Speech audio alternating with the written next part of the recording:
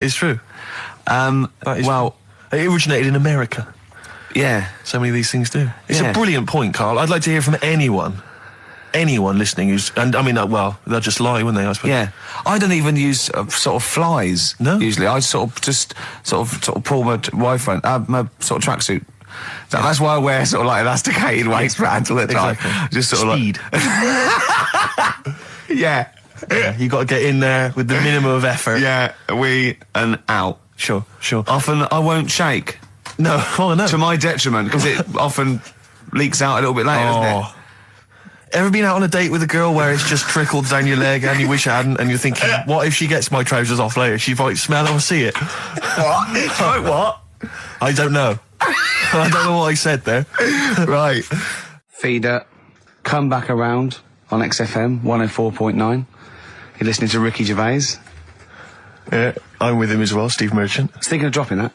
What? Thinking of dropping that, just going, because it's just two, that's all that. I'm Ricky Gervais, with me Stephen Merchant and Karl Pilkington too. I mean, get to the music, so it's, hi, I'm Ricky Gervais, this is XFM. Sure. Here's Radiohead. Yeah. Something like that, come out, that was Radio at XFM, I'm Ricky Gervais. Tony Blair, what's he all about? Yeah. That sort of, Snap, yeah. Fast, because I quite, on a serious note, and you've always been saying it, I listened to an old show, because when Karl was compiling those things, I listened to an old show, and I listened to me, and I'm really concentrating now, because I sounded like the most inarticulate, brain-damaged older drunk I have ever heard given a show. Yeah. I mean, I was shocked. Not finishing sentences, leaving out words, slurring, just doing noises that you understand because you know me. Yeah. So I'm really going to make an effort for the listener. Yeah, it's not going to happen, is it? You're going to give up after about 3 But I records. thought you were joking. And I thought it was like, he's taking it there. Did it then, you see? Again, I don't quite know what that sentence meant. No, but... Well, of course, I've got also your body language and your facial gestures, but obviously the listeners have got nothing else. They've just got the voice. They've just got the voice for it. That's all they've got. That's all they can rely on. Yeah. And when Karl Pilkington is the man holding the show together... When he's the most articulate. Exactly. Exactly. How did I come across? You came across as lovely. I mean, I did an interview yesterday, right?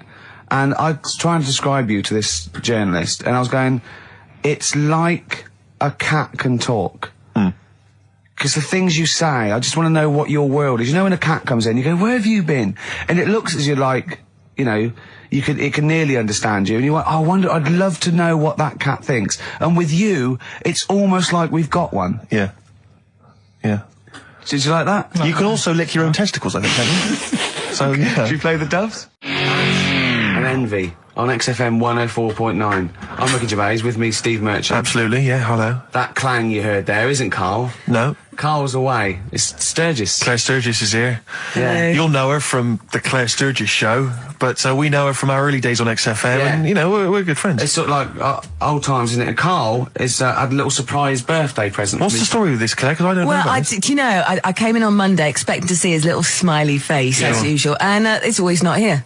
What do you mean? So, apparently his girlfriend had surprised him and dragged him off to the Caribbean for a week. Wow. No, Canaries, isn't it? Oh, I mean, I don't know. He likes the Caribbean, he likes the crabs. Yes. Yeah. I thought he was bored of the Caribbean. I thought he didn't enjoy it last time. No, he loved it, didn't he? No, I don't think he did enjoy the crabs. Tunisia he didn't like. Right. He's been travelling, hasn't he? I know, yeah. He didn't like Tunisia because there's flies the size of matchboxes. Of course.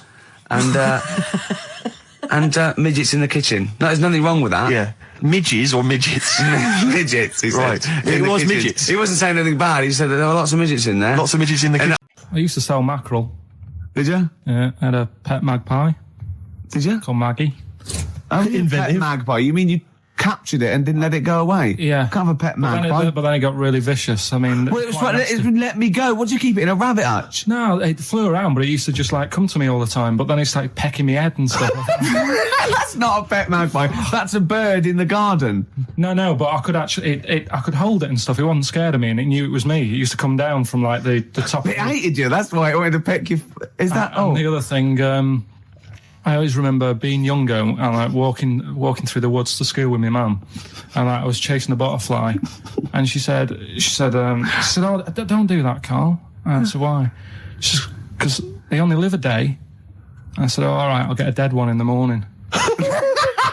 That's genius.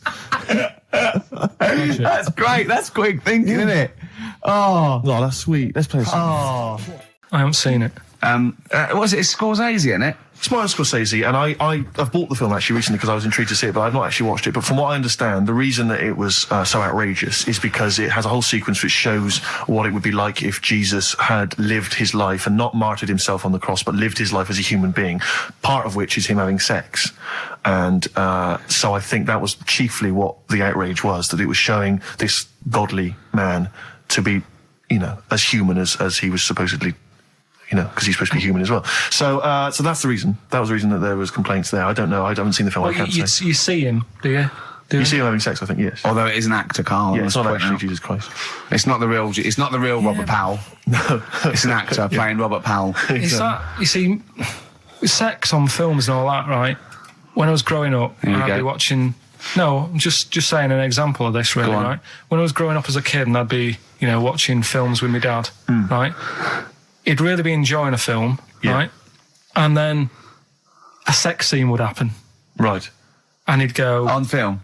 Or just behind you? In the film, a sex scene would happen. Your brother up to his old tricks again. And he'd get up and go make a cup of tea, right? Right. Typhoon? That he'd stolen from some sort of telephone box? And, like, even recently, he thinks it ruins a film. Do you know what I mean? Because there's no need for it to happen, is there, really? Yes. Why? Sometimes it's warranted. If the film itself is there's some films it isn't though. Some films it isn't. Of course, some films it's arbitrary. I think the films that him and his dad watched together on Channel 5. Probably not. Is it only on Channel 5 in your house? But let's put it. Yeah, if you're watching, you know, I don't know, a late night Friday night, you know, from 1983. Yeah, Illegal Briefs. A beautiful lawyer has to defend a man who may be a killer. She falls in love with him, but does she know the real man? Oh dear. You know what I mean, though. Lest you forget, of course, that I... Love Heat. With the bloke that is now in... Go on. You know, of course, that I, according to the Internet Movie Database, I once appeared in one of those films, in the film Killer Image, a Canadian film, I believe, from 1989. According to that computer... it's all wrong, isn't it? It's all wrong. It's all wrong. Of course it is, yeah. Apparently, I was in that, and I played the role of Kirk. Was it a porn thing? No. I think it's just an erotic thriller. Oh, right. That I suppose it is. You only had a very small part, though, didn't you? Indeed. Yeah. But no, do you know what I mean? Sometimes you don't need to go that far. Say, like in this Jesus programme, right? Film. What's it called? The Last Temptation of Christ. Just like talking... You know what? What's his name? Is it Ralph in The Simpsons? Yes. I drawed a kitty cat. It's like talking to that. Yeah. No, but right, this sensation thing, right? Do you know, often we don't get that many complaints on this show. We don't get very many complaints. And I think that's either because there's no listeners, or B, it's because most people agree with Carl, and that terrifies me. Or they let him off, because it's like, you know, you can plead insanity, you can go mental and kill a few people, where they go, oh, he's a bit bad. No, but was it because, like, they're saying that he was having it away, or is it because you saw it? What got the complaints? The complaint was the very suggestion that Christ it was a blasphemous thing, not the fact that you saw an actor's knob. So what about if they just cut it down a bit and you like saw the little stable door closing? It wasn't the baby Jesus having sex. It was the grown man. The stable door shutting. No, but do you know what the they do? nativity scene? Oh, that is brilliant. The wise men saying, I can't believe we brought myrrh, we should have brought condoms. Yeah. There's 2 for 1 offer in Boots. Yeah, I don't know what we were thinking. With frankincense. It's just that it's always awful. Should we apologise now to the Christian church as well? So Sorry, the little Chinese fellas, little Welsh fellas, and the little Christian fellas. We haven't said anything wrong. No. It's like, you see, when I was growing stable up... door. I love the idea that in Carl's world, he was born in a stable, just thought, well, I love this place. Yeah. I'm just going to stay here the rest of my days. This is good here. Oh, brilliant. But when I was watching telly with my mum and dad, I mean, it still happens now, right? My dad will sort of go, oh, ruined. Good film ruined, right? Yeah. If some sex scene happens. But what are we talking about sex scene? Are we talking about a kissing, or are we talking about penetration and looking at the camera? Going, are you enjoying this, Pilkingtons? What are we talking about? What is sort of extreme levels are we talking about? Right, last time I was down there, right? Yeah. What was it? Meet Joe Black. Meet Joe Black. Meet Joe Black is a terrible film. Yeah. Right? There was good film, and then you know it's going to happen because like the music comes in. Brad Pitt's keeping quiet. A woman's eyeing him up. Sure. So my mum. I love that. My mum's worked it out already, and she's going. Anything on the other side, love? She knows. She knows it's something's So you can be enjoying a film and you can be an hour and 10 in, and then some spidey senses of one of them can go, should we turn it over? And the other one goes, yeah, all right. Are you sure it's not them protecting you from scenes of sex? So that what they're thinking is, what if Karl gets the idea to have sex? Yeah. That could lead to procreation. We don't want any more like him. Yeah. We've got to end the line here. You sure it's not the doctor? Keep calling out going, you are keeping away from exactly. women, aren't you? He must never find out. Are you sure they're not embarrassed because they're watching a sex scene with their son? It happens every time, right? There's two things that my mum does, right? It's that, if there's sex scene on the telly, she'll go, anything on the other side, love? And the other thing she always says, if ever there's anything on the telly with Elvis in it, she goes, oh, I like him, right? And we all know, we sat there, we know what she's going to say next. Yeah. So you don't even bother saying why, right? And she goes, he likes fat, ugly people. He what? He liked fat, ugly people. He didn't always go for, like, the good-looking fans in the crowd. What Elvis did? Yeah. Right. That was always the thing. And I'm sorry. Now, hold on. I don't know what we're doing now with our lives, Steve. Wait a minute. Right. So your mum says two things, right? She either says... Is there anything else on the other side? Or, I like Elvis. There's a pause because you know what she's going to say next. She says, he liked fat, ugly people. How often does this occur? Well, because they've got, like, Sky, there's a lot of those channels on. They're like the music channels. So Elvis always comes on. There's either an Elvis film, there's, like, a classic hit by him on... And she'll go, I like Elvis, he likes fat, ugly people. And what do you mean he liked fat, ugly people? Is she a fat, ugly person? Because there's that special Vegas show, isn't he, where he's dancing about, right? And he's got loads of scarves around his neck. Towels. Yeah. And, like, he always hands them down to the fat, ugly ones. Right. And I always say it's because they're the fat, they've got a sweaty face because they can't, you know what I mean? I don't know what world they live in. I don't know how we've gone to this subject. What sort of world are you got when you're watching his face? And what do you mean fat, ugly ones? You mean they're in the front, they're sweating a lot because they're a bit chubby? So she thinks, is giving them a towel because it's he's really going, wipe your face, you're putting me off, you fat cow. Stop sweating near me. There's another one. What? So, hairy Chinese kids. Yeah. Jesus. We haven't slagged off hairy Chinese kids. We slagged off Chinese... We didn't slag anyone off. We just said they really haven't got a town as such, and they wear shoes. What do we say? Yeah, little wooden shoes. And what did the... I just don't know how we got onto Elvis and big, fat, ugly women. I don't know I don't know how we sidestepped from the Last Temptation of Christ. Did you see that Fat Girls and Feeders programme? programme? A minute. Are you sure? We haven't done Cheeky Freak of the Week. That's a new feature, isn't it? That's a new feature. Cheeky Freak of the Week. Let's do Cheeky Freak of the Week. What is the cheekiest freak of the week? So I'm just going to apologise now. I've just had freaks, sorry to freaks. Okay, right, go ahead. Well, I say it's a new feature, but we've sort of touched on it in the past with... We always talk about freaks. Hairy Chinese kid. Yeah. We've had the Pillow Man. Yeah. Oh, you called a draft excluder? Just make a note of that, would you, Rick, on the list? People without arms and legs. But at least, you see, the Pillow Man, what do you picture? Because I was saying to Ricky in the week, right, I'm a great fan of the Elephant Man. That's his. Do you know that's his favourite freak? Of all the freaks, that's it. Do you know why he said? Do you know why he said? He said because you get what you pay for. When someone says the Elephant Man, you get what it says on the tin. Right. You know you're going to get it. Yeah. Do you imagine, Steve, if you had a mate and you said, where are you going? He said, I'm going to go see my mate. And you go, which mate? And he said, the Elephant Man. Yeah. Straight away, you haven't even met him, but you know what he's going to look like. Yes. Right? That's what I like about that. Hairy Chinese kid. Yeah, you know what you're going to get. Pillow Man. Yeah, not so good. What does that mean? It could be one of those big fat things on that show, couldn't it? A big pillow, like a... Yeah. They had that big thing about the fat people and feeders. They were getting up to like 60 stone and that big one. And there's a thing called fat admirers that just fancy fat women, right? And you writing that down? Yeah, sorry. And they had blow up versions. It looked like a bouncy castle. Wow. Yeah. Really? Yeah. You'd be knackered when you blew that up. Yeah, you just wouldn't want to go forget it. Yeah. Oh, God. Well, there's people being cruel as well, isn't it? Because after watching the programme on Channel 4 about the fat people and fellas who like them and stuff, there was a story on one of the news websites about some fella in Germany, right? He was a big fella, must have been about 50 stone, and he fell over, right? And I think he hurt his ankle or something.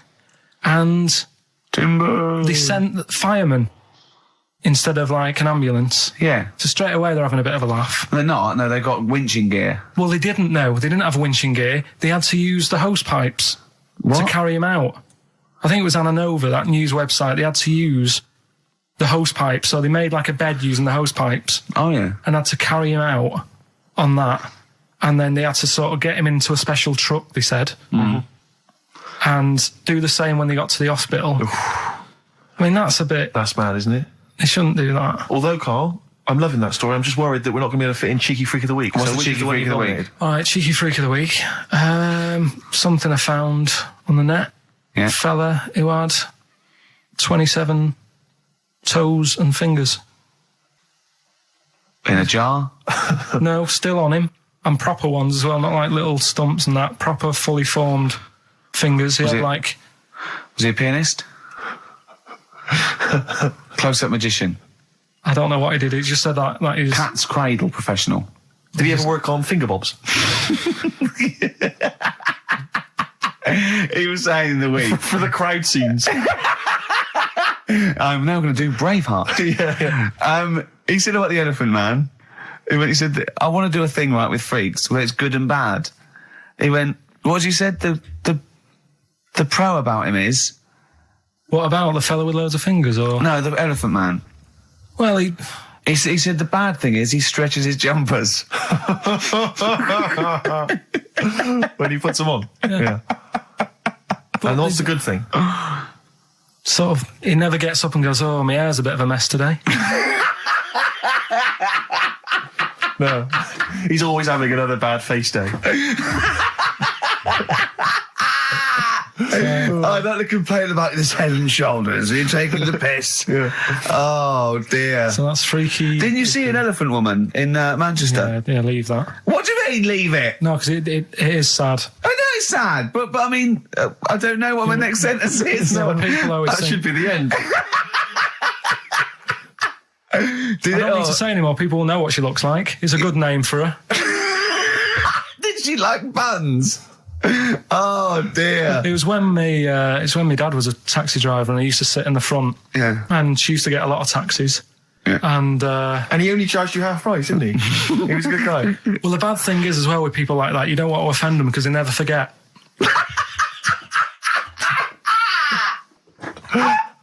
Oh, go! But, go, Pilkington! I was sat in the front of the cab, and my dad goes, right, we're going to go and pick the I can't even tell you the name. These guys, just evil. Right? What do you mean? No, leave it. So she's got...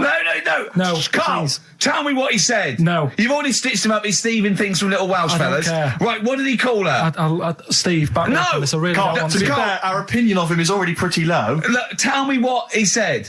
No, it's not. I'm scared of what my dad gets. It's the person who's got the She's thing not wrong. listening, is she?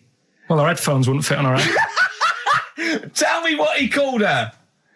I don't want to. Tell me what he called her, Carl. I'm getting angry, man. Tell me what he called her. No, I'll leave that. Honestly, Tell me what he... It doesn't matter. Tell me what he called her. Carl, just... I'm going to go... Seriously, I want to know what he called her. Right, you're not going to stop this show. We're not doing the next show until you tell me what he called her. What did your father call the elephant head woman? Tell me. Spudhead. How old were you? I don't know, about 9. So did you expect to see a potato with a dress? He did sort of, again, it's a good name. Do you know what I mean? I had an idea of what it was going to be about, and he said, do you want to stay in the car, I'll take you home, because you can't... Spudheads, you got lovely eyes. Can't. Right. Come on, man. Comfort and Sound by Feeder on XFM 104.9. I'm Ricky Gervais. With me, Stephen Merchant. Hello there. But no Karl Pilkington. No Carl. He's in Lanzarote. Lanzarote, But we have speak. got a very, very special stand-in. It's Camfield. Say hello. I'm so excited to be here. It's been, the things I've learned in the last 10 minutes before we've even gone on air. Like, you don't have a theme tune. I don't have a theme tune. I don't wear headphones. Exactly. Ian wears headphones with a preamp. He's got 3 midgets just brought in his back line. Yeah. Right? They're called Dog, Mongo and Blitzkrieg. Look, Blitzkrieg is up there, like, eating a banana. Yeah. He is the king of rock, the new king of rock. Well, the prince, he's the prince of rock. Obviously, Vance is the king of rock. But we'll be doing that, we're working out who. Over this, and by the way, Camfield, I don't want the Ian Camfield that does XFM and going, and there's fast approaching 1:23, here's Ash. I want the Camfield that goes, I snorted ants with Lemmy, okay? So, we want the real Camfield. All right. I bought in Metal Christmas, is that all right? That's my only request from this show, that we do play Paul Di'Anno's version of Santa Claus is Coming to Town. The rest of it's over to you. Yeah, we're going to play some Christmas tunes. We're going to play some, our favourite hits of the year. But mainly, this is the rock programme. This is the rock programme. What worries me, Rick, is there's a lot of people who listen to our show and they're not regular XFM listeners. They just kind of crawl They're out not regular people. Stupid on a Saturday afternoon, put the show on. So they might not be familiar with Ian Camfield is a young man. He's been in he's about 14. He's been in radio. It's weird, he's 14, but he's been in radio for 15 and a half years. He was weaned on the milk of a Vance. Yeah. Right? And he's going to be the new rock god, aren't you? Well, I'm trying. Yeah. No DJ Camfield. Just go, yeah. Right?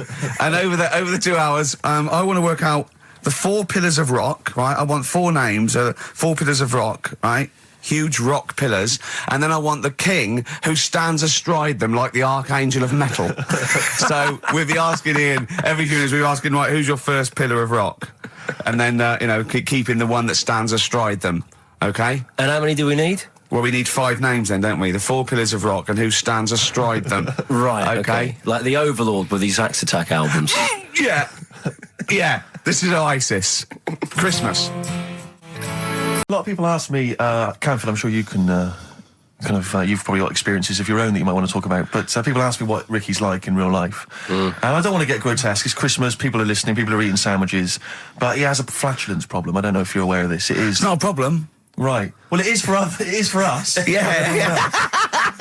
You may not. Yeah. I think the problem with Ricky is Ricky hates to miss out on anything. He's terrified that there's going to be something going on that he's missing out on, a conversation, a joke, someone falling over, and he daren't spend any time in the lavatory because it's too any period of time he spends in there, he could be missing out on some fun. So he kind of tries to get his lavatory, occupying time down to a minimum, an absolute minimum. Plenty of pissing. There's loads of that, but none of the other activity. Really, I mean, you keep that. Really, it's like you're in, you're out, and sometimes I don't think you've done the full job, Rick. Yeah. And today, I tell you this, my eyes were bleeding. It's intense. It's just a word of warning because the kitchen at XFM is out of bounds now.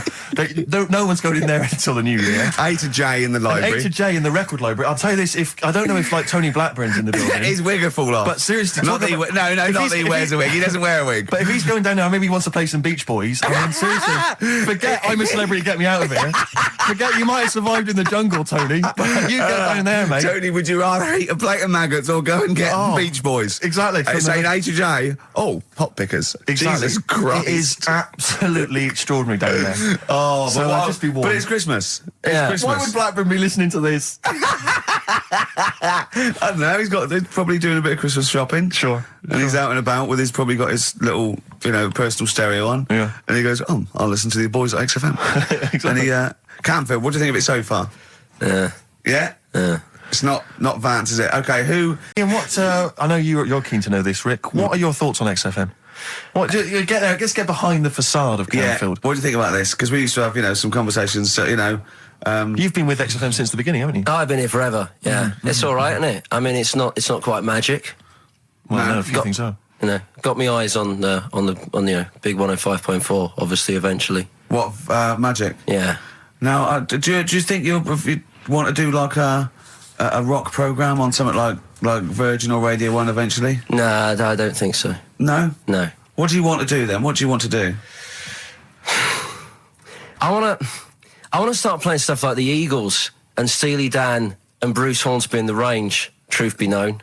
But you'd have to go quite mainstream. In your bedroom? What? But on what sort of platform though? Because the good thing about those is they are really popular. They are. I mean, I think the Eagles' Greatest Hits is the biggest selling album of all time now. It's overtaken Thriller. Yeah. So I mean, those. What are you saying? Iron Maiden aren't popular? Like what I play now are actually popular, but they've got a very Slipknot, tight Fear fan Factory. base. I mean, Iron Maiden can go to #1 with just their fans buying it and then slip away again, can't they? Yeah. But everyone sort of likes the Eagles, don't they? Yeah. I mean, I think still So you could get on sort of like Radio 2 maybe, the rock program on Radio 2. Who does it at the moment? Is there one? No, there's not one. I should do a demo maybe. Okay, well let's I love the way we're talking about my career and other radio stations I could work for. Do you know something I don't? No, I'm just saying that this place is not going on the tube, isn't it? It's going on the tube. I mean, you're going to be like, I mean, you'd abandon the sinking ship, wouldn't you? You wouldn't hang around, would you? You wouldn't fiddle, as Rome burned. I mean, we got a couple of pies cooking in the States, so we're not going to be here to keep it afloat. No, the weekends. But we want to take the good guys with us, right? So when this crumbles and they make it into a car park for Capital, I want to see you on Radio 2 Friday nights 10 till 12, pure rock. Exactly. Do you know what I mean? Absolutely. Right. Well, that's the pitch, isn't it? Friday nights 10 till 12, pure rock. Okay. If anyone's listening to the BBC, it's Camfield. He is the new Vance. Molten metal. Yeah. She can't find her own, gibbon to get on the show. She can't find her own kind of, loser, then don't start stealing ours. Outrageous. Well, coming up, right, maybe we'll get Fatboy Slim in. Indeed. Next. Yeah. Saturday, if you're listening, Slim, come in on the show. What's his name? Ernie or something? What's his name? Norman. Oh, yeah. Right. Ernie! Yeah. I don't know. That's great, Ernie Ball. Yeah. He wouldn't change his name. That's it, yeah. Right. That's great. Anyway, coming up today, we have got Educating Ricky. Right, yeah. Okay, is this the last one? You've promised it might be. I believe there's a book out that might help me with this feature, so we'll see how it goes. I was thinking of new features in the week. I've got, wanted to come up with I wanted to do Celebrity Fact Club. Celebrity Fact Club, alright. I've just got to get some celebrities in first, before we can kick that off, so maybe in the new year. Ball and maybe Cook. Zoe Ball, yeah. Ball and Cook. Yeah, Start off. Maybe, right. And I've also got... Cook and Ball stories. Yeah. That's nice. Good one. Cheers. Thanks, Carl. Yeah. Maybe you could sell that to Zoe's show. And I'm also thinking Through the Ricky Hole. Through the Ricky Hole, okay. What's that? That's, I'm quite... No, you just got the title again, haven't you? Yeah. Okay, play record. So, Rockbusters coming up as well. Yeah. Right? Yeah. Eminem, Lose Yourself on XFM 104.9. I'm Ricky Gervais, with me Steve Merchant. But not Karl Pilkington. No, Carl, no. He's gone back to Manchester, isn't it? It's better than London. Yeah. You don't know it. Manchester's better than London. Instead, Claire Sturgis. Claire Sturgis round of applause for Claire, Thanks. The posses. He's coming there in sort of the camouflage gear, and is that quite trendy? Is that what the kids are wearing? It's funny. Someone actually mentioned or that are this you on morning. manoeuvres? Yeah, I am actually, taking time out this morning from what I normally do. Sure. I missed the second half, talking like that, of Celebrity Boot Camp. Coolio. Is it? The fella from Milli Vanilli. What, the one that's not dead? No, the one that killed himself, Steve. Okay. No, I just want to clarify for people. A lot of people don't realise that one of them is dead. Right. I thought it was important to mention it. Actually, I didn't know. I'll be honest with you, I hadn't thought it through. No. It was a piece of interesting Milli Vanilli trivia that I had, and I wanted to slip it in. But it wasn't really trivia, because it was a question. You went, what? The one who's not dead. What I'm saying, Rick, is I could have found a more tactful way of bringing up the death of one of Milli Vanilli, because I think there's a lot of people out there now upset. Maybe actually, didn't realise. People who didn't know. That's quite a shock. I didn't see. I mean, I should have sat people down. Who died? Vanilli or Milli? I think it was Milli. No, it's Vanilli. I don't know. No, but I didn't know. I'm guessing. Actually, I'm guessing. What? No, I'm not confusing Milli Vanilli and Scritti Politti, am I? Because I mean that is a danger. Oh no, you're thinking of the fellow out of Grumple Palumple. He was amazing. He was amazing. It's a great shame that he topped himself. Grumple, they're not around us. Anyway, cool. We've got some great tunes lined up. We're going to play today. Our favourite singles. It's favourite tunes, some of which didn't quite make it as singles maybe, but tunes of the year, because obviously Christmas very soon and we'll be away for a short time. I think next week we'll be doing our favourite Christmas songs of all time. Yeah, I'm worried we're not going to fill 2 hours with that. I mean, how many times can you play Shakin' Stevens before... Fairies Out of New York. Yeah, exactly. I mean, that's the only one, isn't it, really? That's the best one. That's the best Christmas song That one's good, ever. but obviously there's Joni Mitchell's The River. That starts with a kind of Christmassy feel. Beautiful. I don't think if there's anything else. Not great deal. The Waitresses, Christmas Wrapping. Is that one? Is that brilliant? Is that good? Yeah. So This Is Christmas, John Lennon. Paul McCartney came out with Simply Having a Wonderful Christmas Time. Christmas time, yeah, exactly. Yeah, but so John's was Happy Christmas War is over. Yeah. Of course it wasn't. But hey, but I mean, at least he wanted to be. He was dreaming of it. He was dreaming of it. Yeah. I mean, and, bless him. And to show how much John Lennon's dead as well. I don't know if anyone's... Yeah, no, they do. That's just another bit of rock and roll trivia. I like John's protest against war. He stayed in bed for a week. Yeah. I've been doing that. I've been protesting against war for ages. Yeah. I'm eating hamburgers absolutely. against war. Absolutely. I just go into Burger King on the way here. I went to the counter. But of course, that's not product placement there. And there's a number of other burger joints that people may wish to go to if I they often go to choose. McDonald's. Yeah, I often go to McDonald's. But I went into Burger King because it's close. It's convenient. It's convenient, but then often McDonald's will be convenient. McDonald's is just convenient. Depends where you are. Just as convenient depending where you are. And I said, could I have a cheeseburger and small fries? Take away, please. And he recognised me. He went, I've seen you on telly enough, won't you? He went, there's your meal. So I went, thanks. He winked and went, I'll put large fries in. Brilliant.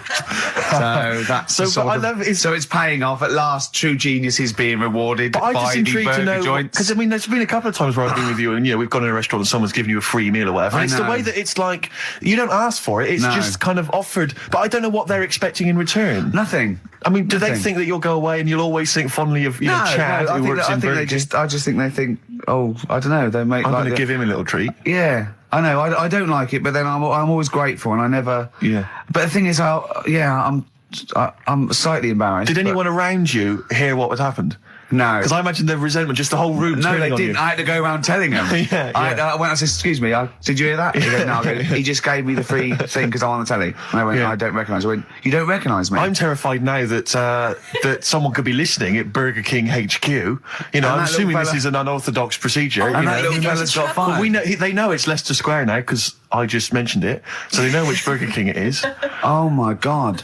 I don't know. What was his name? Ralph Littleton. He had a name badge. Number 342. Well, I just hope Littleton doesn't get in trouble. So, what are we going to play? That could be a sad Christmas for him. He's probably keeping his whole family afloat. But it's Springsteen. Well, tunes of the year. I mean, I know people dismiss Springsteen, but as I say, the gig I went to see earlier in the year, I made it. Sturgis couldn't believe we were going to play Springsteen. Brilliant. I just think, leave aside what you think is cool and trendy and the fact that he's older now or whatever else. Really? Just leave all that behind and just listen to the tunes because, he remains a great musician. Lonesome Day? Lonesome Day's the current single and it's the first track on the album.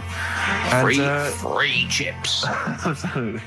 That was the record before us, and here we are, pre-recorded, because we did this a few weeks ago, because we're not here at the moment, are we? We're away in that. I'm Ricky Gervais, with me Stephen Merchant. Hello there. And Karl Pilkington. He's not actually with us. He'll be in some of the best of clips. Monkey news, the final monkey news of the year, possibly. It's been a joy. I'd like to say, on behalf of myself, Steve Merchant, and this little bald mank. It's been a pleasure. Yeah, speak for yourself. Yeah. We should just point out as well, if you miss Rockbusters while we're away, yeah, right. You can log on to xfm.co.uk/Rockbusters, where you can actually see Karl himself introducing you to an interactive game of Rockbusters. Looks very much like Blockbusters. It does, surprisingly. But yeah, you can join into that. And there's also talking of monkey news. There's a link on the website. I'm trying to think where you go. I think if you go on my little biography bit, someone's done some animation to some old monkey news. Oh, it's brilliant. Great. Right. Yeah. So if you're having withdrawal symptoms of monkey news, then you can find some classic. And it's monkey animated. News Classic monkey news. I feel drained today. Do you? Go on. This is the strangest radio show in the world. Yeah. Isn't it? Yeah. Because when we can do that, we can talk about this and go, I feel drained today. Just like he's not. Like, no one's listening. Because that's the sort of thing you say socially and no one listens. Like, just when you're watching up, I feel drained today. It's rhetorical. Yeah. You're not expecting anyone, not even your loved ones, to go, oh, really? They just go, that. But to do it live on air, no one's listening. What I mean is just give us a jingle. But the exactly. But the truth is, the contempt we have for our poor listeners is unbelievable. The listeners aren't listening, and we don't want to be here. So this really is one of the most pointless things ever. No, would have been quite happy to do a full show. But you know what? The flow of it's just. I would love to listen to this back in 10 years. This actual show. Let's keep this forever. Let's keep this show forever. The show we went early. We were bored. It was the day we're trying to save Africa, but we're a little bit annoyed that no one's listening. Yeah, right. Right, once and for all, the final monkey news of the year. Oh, go on. What were you going to say? No, I was just going to say, if you're not into the Live 8 and you're gay, you're not listening, because you're on a walk. Right, okay. Right. Oh, chimpanzee that monkey news! Right, there's this card game going on, right? in the big hotel in Vegas. Right. The Luxor Hotel in Vegas. Yeah. There's a major card game, all the big players and that were involved, right? They're all invited. Anyway, so they all meet up in this dark room at the back of the. Oh, there we go, dark room. At the back they didn't work. They didn't see the little 4-foot hairy fella. So it was brilliant at poker. Like I say, it's a big game, and that everyone's been waiting for it. So it's played in the back room, not in the main entrance bit, right? So anyway, like I say, it's dark in there and what have you, and the players went in. There was already someone sat in there, right? Right. But they couldn't quite see Was he him. a short, hairy bloke with slightly longer arms than legs? Couldn't see him. Where his arms slightly longer than his legs, strangely enough? Was he holding his hand of cards with his feet? Anyway. So the cards were dealt, right? Cards were dealt, game's going on. His cards with his feet! Game went on for hours, right? No one's listening. The terrible thing is that not even we're listening to Karl now. I know. Literally no one is listening to Karl. There was a lot of smoking going on. It's going on. A lot of eating and nuts going on. That was a bit weird because they don't normally get through as many, but for this night. So, come on, let's just play Bruce. Goodbye, everybody. See you maybe at Christmas time. Goodbye. Yeah, it angered me that is there a lot of cheap housing in Leeds? Would that ruined it for him? But it just was. I assume maybe she was squatting or something. But I said in the past to you, Rick, that my grandparents. So I love them dearly, but it's like for the last 30 years they've been waiting to die. I know. It's like they just sort of. It's like the novelty wore off of life. Life in the 50s. Yeah, they got kind of bored of it. Life, in the 40s it was brilliant. All sat around the old Joanna's, the bombs fell, singing. They loved that. The 50s, that was great as well because that was the post-war years. It was, it was a bit tight in the pocket, but it was all right. Everyone pulled together. Then the 60s came along, all the crazy music, the funny hair. Let's stay in bed. Exactly. They basically stayed in bed. And it was one Christmas when my grandmother said to my dad, "What do you like for Christmas? What do you fancy for Christmas?" And this must have been, I don't know, 20 years ago. She said, what do you fancy for Christmas, Ron? And he went, well, I could do with a nice big kind of warm winter overcoat. She said, don't worry about that. Don't worry about that because your father will be dead soon. It's right, you can have his. Meaning my granddad. Well, to be honest with you, my father's still waiting. Which is good news. Good news for my grandfather. Less good news for my dad. He's freezing. He's freezing. He finds out, how is he today? He's fine. Oh, okay. Oh, I'm freezing. It is such a weird mindset, that. I think that, to me, is what sums up people from that older generation, the 40s and 50s. And it seems to me that you've got that kind of mindset. It's like you were born in the 30s. And whenever you talk of your childhood, it's like you had like a baked potato to take to school. And a hoop and a stick is a Christmas gift. The other thing is, I think that that sort of generation, it seems that the man is dependent on the woman. There's a total dependence. Oh, absolutely. If she dies, he's done. Yes. He's done for. It just pine away. If he dies, she's got 30 years of pottering. Absolutely, yeah. Do you know what I mean? And going to the youth club and the church. I know what you mean, yeah. It's sort of like that. It's sad. Of course, it's sad for them, but it's not the end of their life. No, sure. And it sort of is the other way around. I don't know why that is. Yeah. It's terrible. That's a little melancholy thought for I know, I've really you brought it down, you've brought it down, I've brought it down. This isn't a nice show at all, this is terrible. Well, we're going to have people just killing themselves. What? Because my Auntie Nora, she same thing, pumped her with loads of drugs. She used to have a cabinet next to the bed is like boots. She's got loads of stuff, right, for all sorts of stuff. And, I mean, she's not that old, but she's on loads of stuff, right? She's a bit coked up, is she? She called up my mum once. And, you told us this. Go on, tell it again. And she said, "Oh, how are you doing?" And that. It's all right. Bit worried though. My mum said, "Why? What's up?" She said, "I've been breaking wind." So she goes, "Well, She says, "No, but this one is going on and on and on." And she was like, she was like, what do you say? What's like passing wind, farting for 5 minutes. One thing, not like, trumping and then nothing. Yeah. Continuous drone of a fart. Yeah. I don't think she had. How big was she? She must be the size of a barn. No, she's not that big. She's, she's good for her age. No, but I mean, quite slim. No, but fighting for 5 minutes. Where's all the gas? Was she circular breathing? Was she sucking it in with her mouth? It was just, I don't know that much about it. But she called up my mum. About 2.5 minutes in. Could you hear it in the background? 2.5 minutes in! 2.5 minutes in, she called my mum up, and it went on for a further 2.5 minutes. Oh. And she just stayed on the phone, did she? Where was... Going, can you hear that? Well... Did she hold the phone next to her arse? Listen to that. She was off the ground. Trying to work a tune down. she was actually hovering. She was 4 foot off the ground when they found her, the ambulance men. The cat's dead. Don't light a match! Don't light that cigarette! Yeah, it's like that advert. The kids come home from school, switch on the light. Yeah. Then they see Granny hovering, turn the light on. Be careful if you have an elderly woman at home. Yeah. Drugs make you fart. So that's what I'm saying, you know, just let these people... What are you saying? No, wait, what are you saying? I'm saying let people enjoy the life they've got left. No, you're not. You're saying don't put them in hospital, leave them at home to die. No, I'm not. Give them a Rubik's Cube and let them die. That's what you're saying. Yeah, I'll tell you something now, right? Steve, I'll tell you something. I didn't want to do it because it brings the show down. But she did die. Who, the blue-handed lady? Yeah. How do you know? Because I said to my dad, how's the woman next door? She said, oh, she went last night. They've got an old fella in there now. God. So, there you go. So, wouldn't it have been better to leave her at home where her friends and family can call and speak to her, even nip that round if they want, you know, with a cat, I imagine. No, it's definitely a cat now. What's that cat's called that you imagine? Probably, I'm seeing like a big ginger one, so I don't know, something like, I don't know, maybe ginger or whatever.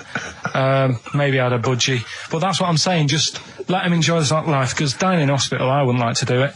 If I went to the doctors and they said, you haven't got long life left, I'd say, well, I'll stay at home. Yeah.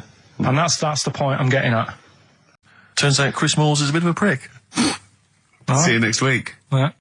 Oh, chimpanzee that monkey news. Okay, monkey-related news from Karl Pilkington.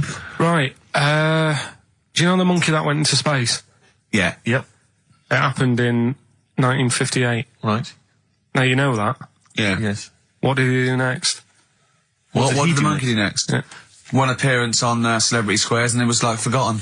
Right. Yeah, cut a novelty record. Yeah, just like Rick Waller. I'll tell you what happened. He got back and all that. He got back. Heroes welcome. NASA sort of said, you know, you did a good job. And that's where a lot of people think, you know, it all ended. Sure. Yeah. But NASA were like, well, hang on a minute. We spent a lot of time, we've trained him up and stuff. So he's like, you know, he's saying, sure, you know, I've learned a lot, I've still got it all, I've kept it all, I know what to do. So they said, right, we'll use you.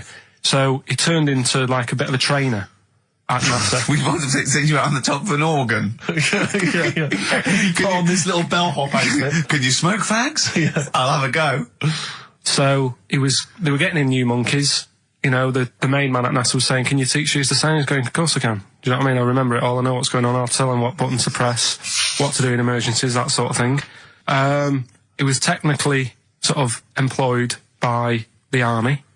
Right, can I just fit in here? I don't know the story, Carl, and I might embarrass myself here. You've got an army of people out there that will probably send me an equally deranged email from a different website, but I'm pretty sure when they sent the monkey into space, it was to monitor his physiology. He didn't press any buttons or learn to dock or take off. It was just the effects of weightlessness and space on basically a primate. I'm pretty sure he was tied in with electrodes to his head.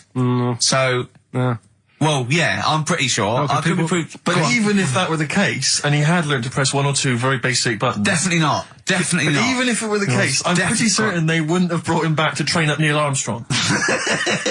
Right, definitely. Go on. Going, Neil, what are you going to say when you come out there? Yeah. I was thinking of just saying, I'm on the moon. Hello, it's made of cheese. Don't say that. What about... I've noticed that you got little legs, right? But mankind stepped forward. Well, how can I put that? I was just going to say, I'm on the moon, it's great to be here, wish you were here. I've got to think so about that.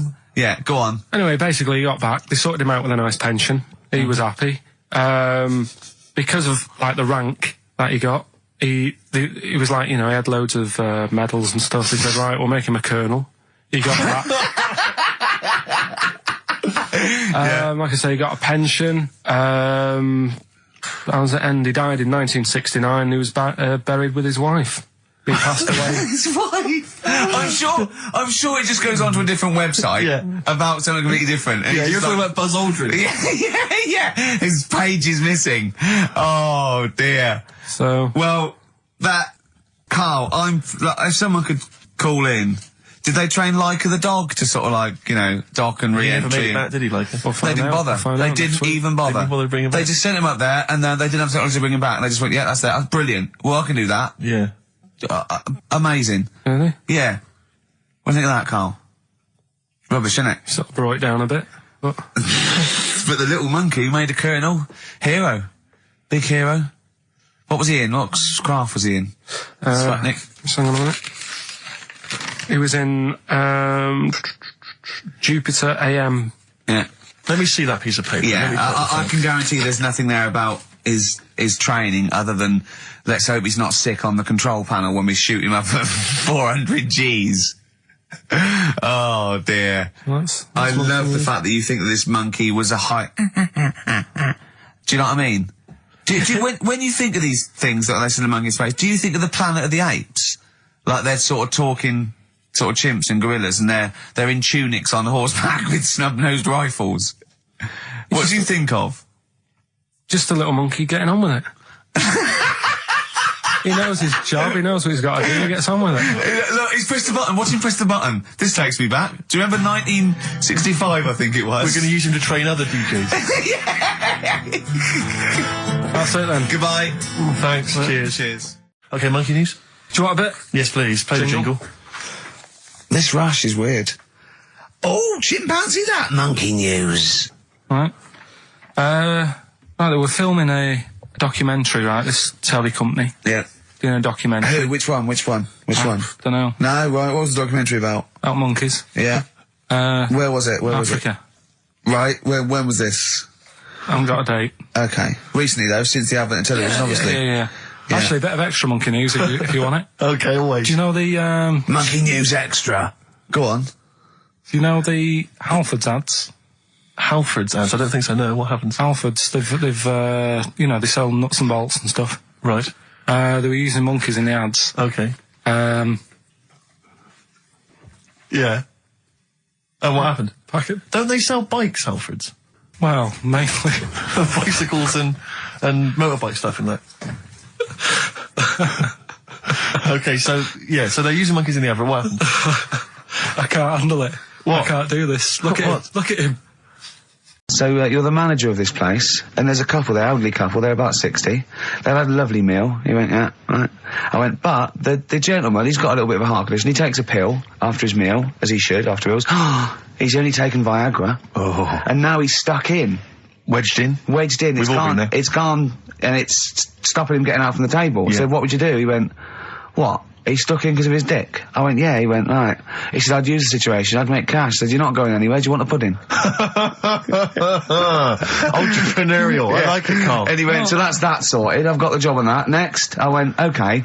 You won't believe it. Next day, there's a little problem in the toilets. Two gay men were having sex and they got stuck in each other. Yeah. He went, right.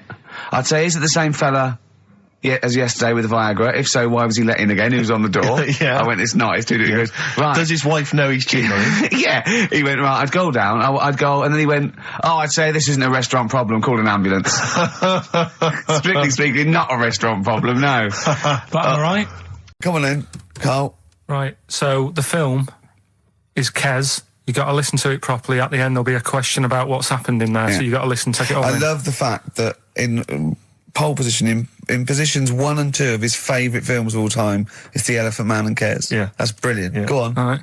Am I leaving the mics open a bit when this is going out? or what? Yeah, let's have a listen. Yeah? All right. So don't talk then, right? Just put that hot dog down, Rick. And this is the bit in Kes where it's the teacher and he gets up and he has to Glover. talk. What's his name? Is it Brian Glover? No, it's What's the other teacher. The other one. Anyway. Right. Go on. All right, so here we go. Things that had actually happened. I've got another one. What about you, Casper? Casper! All right. All right? All right. You haven't been listening to a word I've said, have you? Yeah, I heard some of it. Yeah, you... Some of it? Just... Stand up. Always somebody, isn't there, eh? Right, now you're going to tell us a story about yourself. What sort of story? I want you to think of an incident that happened to you sometime in the past that is true and that you think will interest the rest of the class. All right? Right.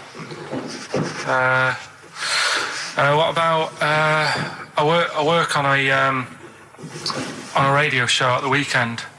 Well, are you going to tell us about it? I'll just do. It's 2 hours, and it's with Ricky Gervais and Stephen Merchant, and just sort of play music and tell stories and stuff. What kind of stories? Well, whatever. Like last week, it was science. We were talking about this lad who was growing a knob on his arm. So it's weird.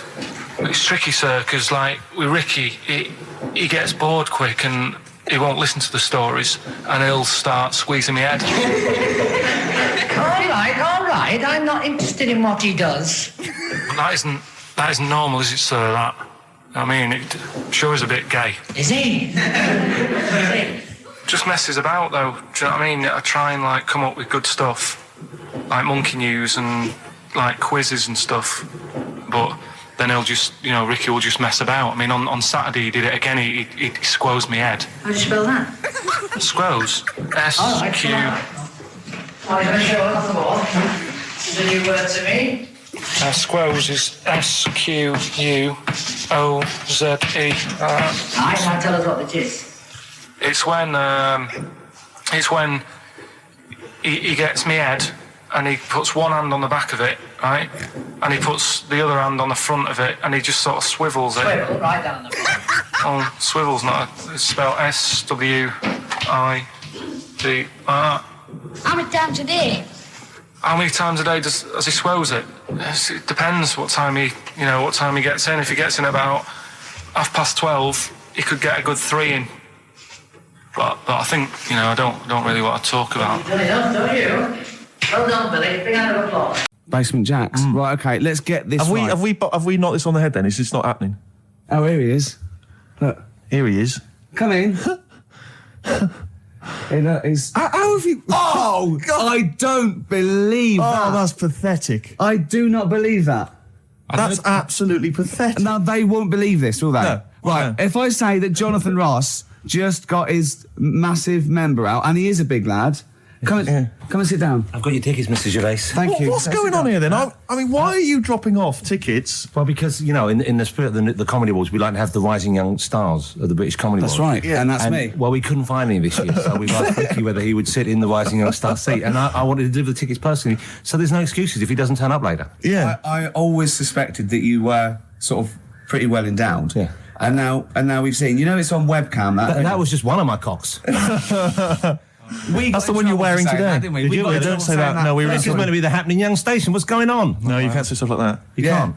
Just careful what you say. Look after Julian Clary. 10 years in the wilderness and he comes back in the person line. 10 years in the wilderness. Happened to you. That's Jesus you're thinking of, isn't it? Just because you're on everything at the moment. I walked in here and I came in here and I thought this is the young happening place, and what do I see in here? 3 old men sitting What are you talking about? I'm only 28, 27. You're wrecked. You all look wrecked. Well, that's because we're always partying. I was looking for some youngsters. Where's the youngsters? I wanted to see some tight leather pants. I wanted to see some foxy chicks hanging on you every word. What is it? It's a bunch of old blokes and a bloke up there washing up in a sink.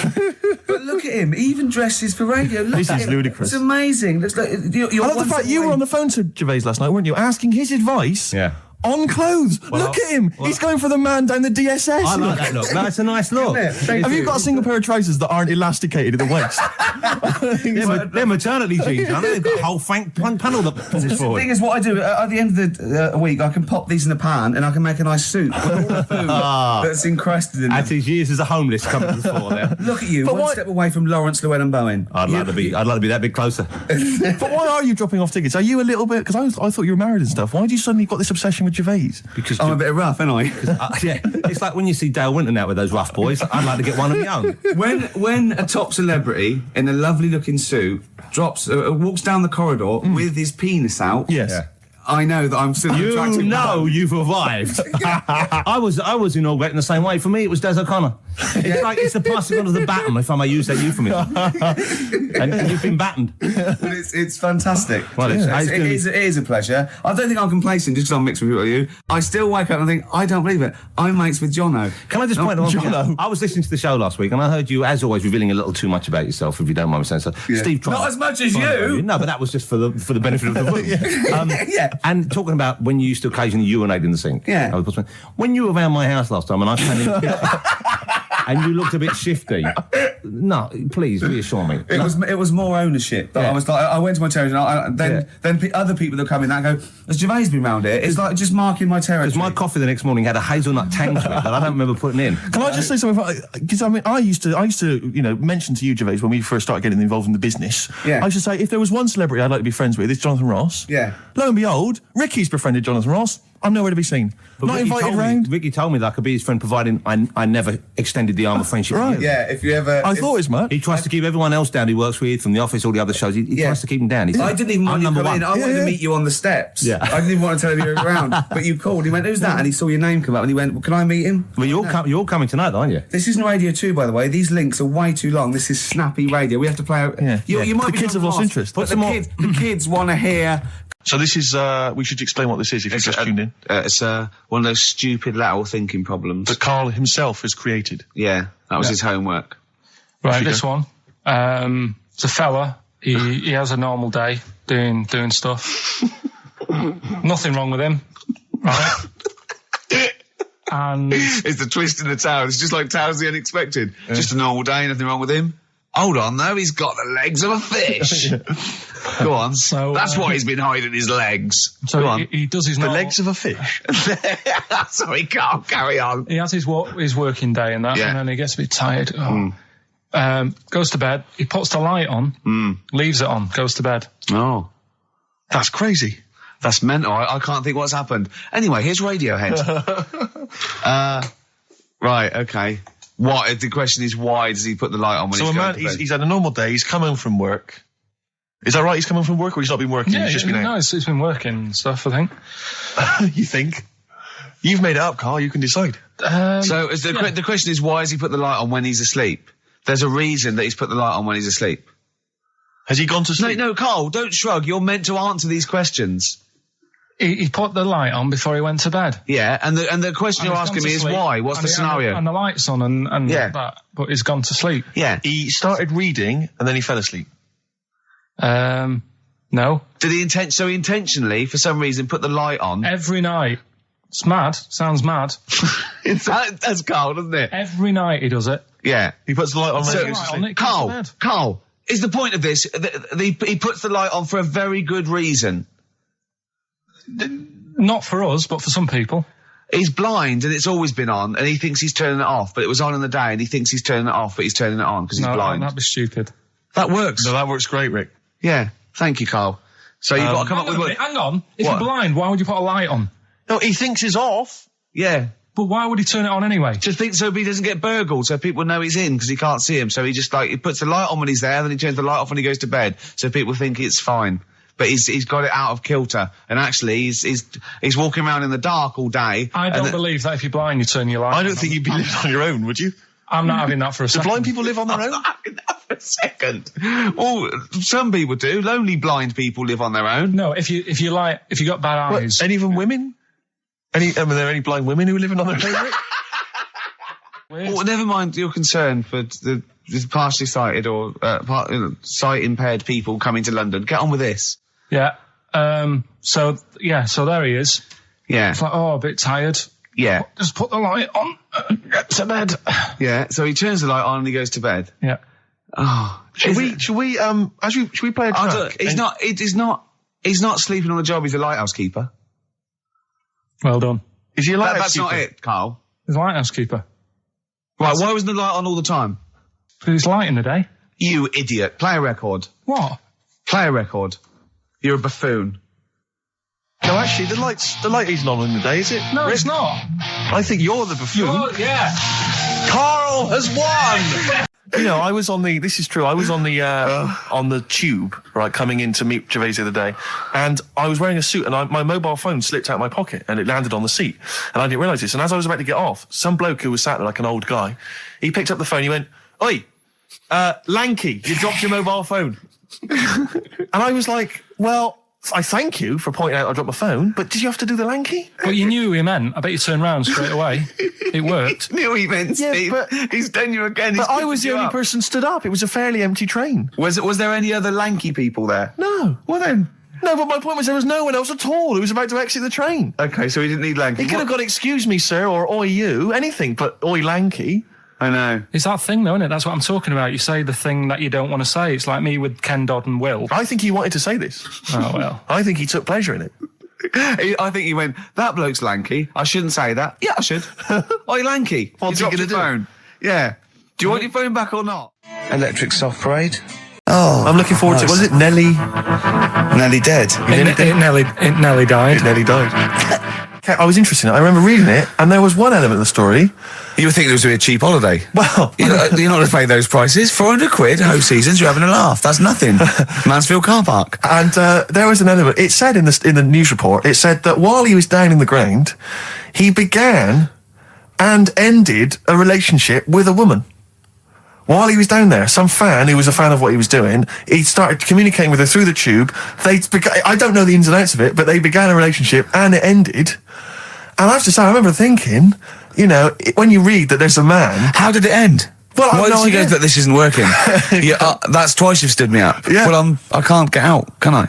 I remember thinking at the time, you know, I was I was not the sort of the ladies' man that I am now. I remember at the time reading it and thinking, there's a bloke, you know, he's pulling women 10 feet underground through a tube. Through a tube. I'm out and about with some of the most expensive hair products on the market. I've got to sit down and ask myself some very serious questions. Oh, dear. Extraordinary. We spent New Year's Eve together, me and Carl. Oh, yeah. It was me and Jane, Carl and Suzanne. Her hair doesn't really look like Dave Hill, I must confess. You didn't see it when it was done, though. Yeah, she had the coat on that you bought her to say sorry, though, didn't she? Yeah. And Martin Freeman and his girlfriend Amanda and Glyn and we all went for a meal and then we all went back to ours and sort of saw in the new year and all that and saw the fireworks, and then in the wee hours when just the drinking seriously starts, we started playing parlour games.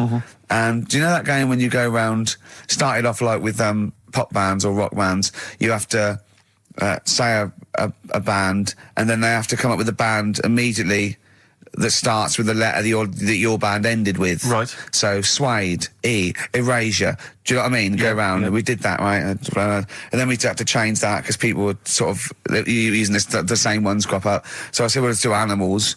We were doing Animals. And I gave Carl one. I think Carl panicked. You know, do it quite quick. I want to just test it on you. Okay. Is this bands? What is it? I said... No, what did I say? So basically, I said an animal, and it ended with E. Okay, so I go skate. Eagle. There you go. Yeah, but hang on. I think I was the third person. Right. So think of another one. Eel. Yeah, I had that. Yeah, I did that one. All right. Right. Yeah, a lot of E's coming up. Elephant. Yeah. Do you know what Carl said? Go on. Ready? Yep. Egg.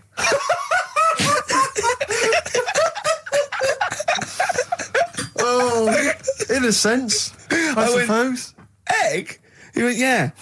I went, no, wrong. He went, well, what? And then Martin came to his rescue and went, well, what is an egg? Animal, vegetable, mineral. I said, well, it's animal, but it's you can't have egg. But would you allow tadpole? Well, yes. Is yeah, because it's a larval similar? stage. Yeah, no, but egg, you might as well have leg or eye, uterus.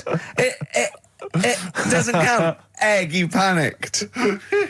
Brilliant. Oh, I still think I'm right. Well, you're not right. We were naming, you know. It's a bit of fun, though, isn't it?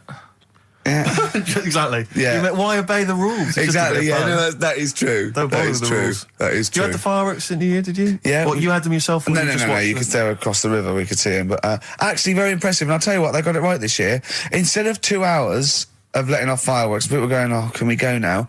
It was 3 minutes, and they spent £1 million on the 3 minutes. Yeah. And that's it. That's all you can stand, 3 minutes of fireworks. Oh. To me, fireworks are like watching Lord of the Rings. Exactly, absolutely. I've never been impressed as a child. Never been impressed. I've never been impressed as an adult. But a big bang, a huge big explosion, that'll do me. They used to have little community fireworks displays at Christmas, things like that, near our school, maybe in the school or at the local kind of community centre. And I used to go along to them with the family and everything, get the sparklers, and they would have the fireworks, and I was just bored silly. And I always thought that if the guy organising it had wheeled out an enormous firework, climbed in, gone, last one to the moon's a bender, and then shot off, that I'd have been, that'd be good, yeah. But it's just interminable. Do you reckon I could take out that church? Yeah, exactly. Yeah, money on it. Go on then. Yeah. That'd be worth it, wouldn't it? But another one. Oh, Christ. So a friend of mine was telling me that they once had some indoor fireworks, which apparently is just, I mean, imagine that. Who needs indoor fireworks? Well, I think that's just little, I think one of the things, we got indoor fireworks once when I was little, and I remember one of the fireworks was that little celluloid fish that you put in the palm of your hand. Of course. And he goes, oh, you're sexy. Yeah. What, it curled up because of the heat of your hand? Yeah. Oh, you're dead. It didn't curl. Actually, it's Grandad. He's dead. Yes. His hands are cold. Oh, no. That's the only way that would be... Oh, yeah. So that's the only test. And when did you discover he was dead? We used one of those predictive fish. It came out dead. Yeah. Just flat. We noticed today how much he is simian, isn't he? He's very strange, actually. We maybe should try and get a picture on the website, because Karl's arms are particularly chimp-like. It's very, really very strange. Because he's got that sort of... He's got long, downy hair. It's and not the like... long, extended knuckles. Yeah, and his totally round face, that sort of the chin goes back, and the dome of his cranium. I think, quite seriously, I know we sort of share about 98.5% of our genetic material with bonobos and chimpanzees, but I think he's got a little bit more. Yeah. I honestly think he's a little bit of a throwback. Just his line, they just kept to this sort of really the ugliest one in the cave and the tree, and he really didn't come out of it. I'm not saying you are, I don't think you are. Yeah, you're chimp-like. No, it does annoy me. My hair annoys me on my body and that. Because I've got like hair on me little toes and that. Have you? And on the legs. Would you see your little toes? Can you pick things up with them? No, it's tried. Okay. Well, that's the finale of this week's show. We're going to see if he can play a record and put the fader up from a tyre while swinging on a tyre, just using his hairy toes. Yeah, I've sort of got hair all the way, but then it just runs out where it should be on the top of your head. Yeah. And is this part of the reason why you're always uncomfortable about being nude or around naked people? Is that partly the reason, do you think, because you look so grotesque? Well, when I'm on holiday, I don't really like wandering about without a top on unless like it's a quiet beach or whatever. Sure. So what would you normally wear? I just have like a nice sort of light, summery sort of linen shirt, maybe, just a few top buttons open. Yeah.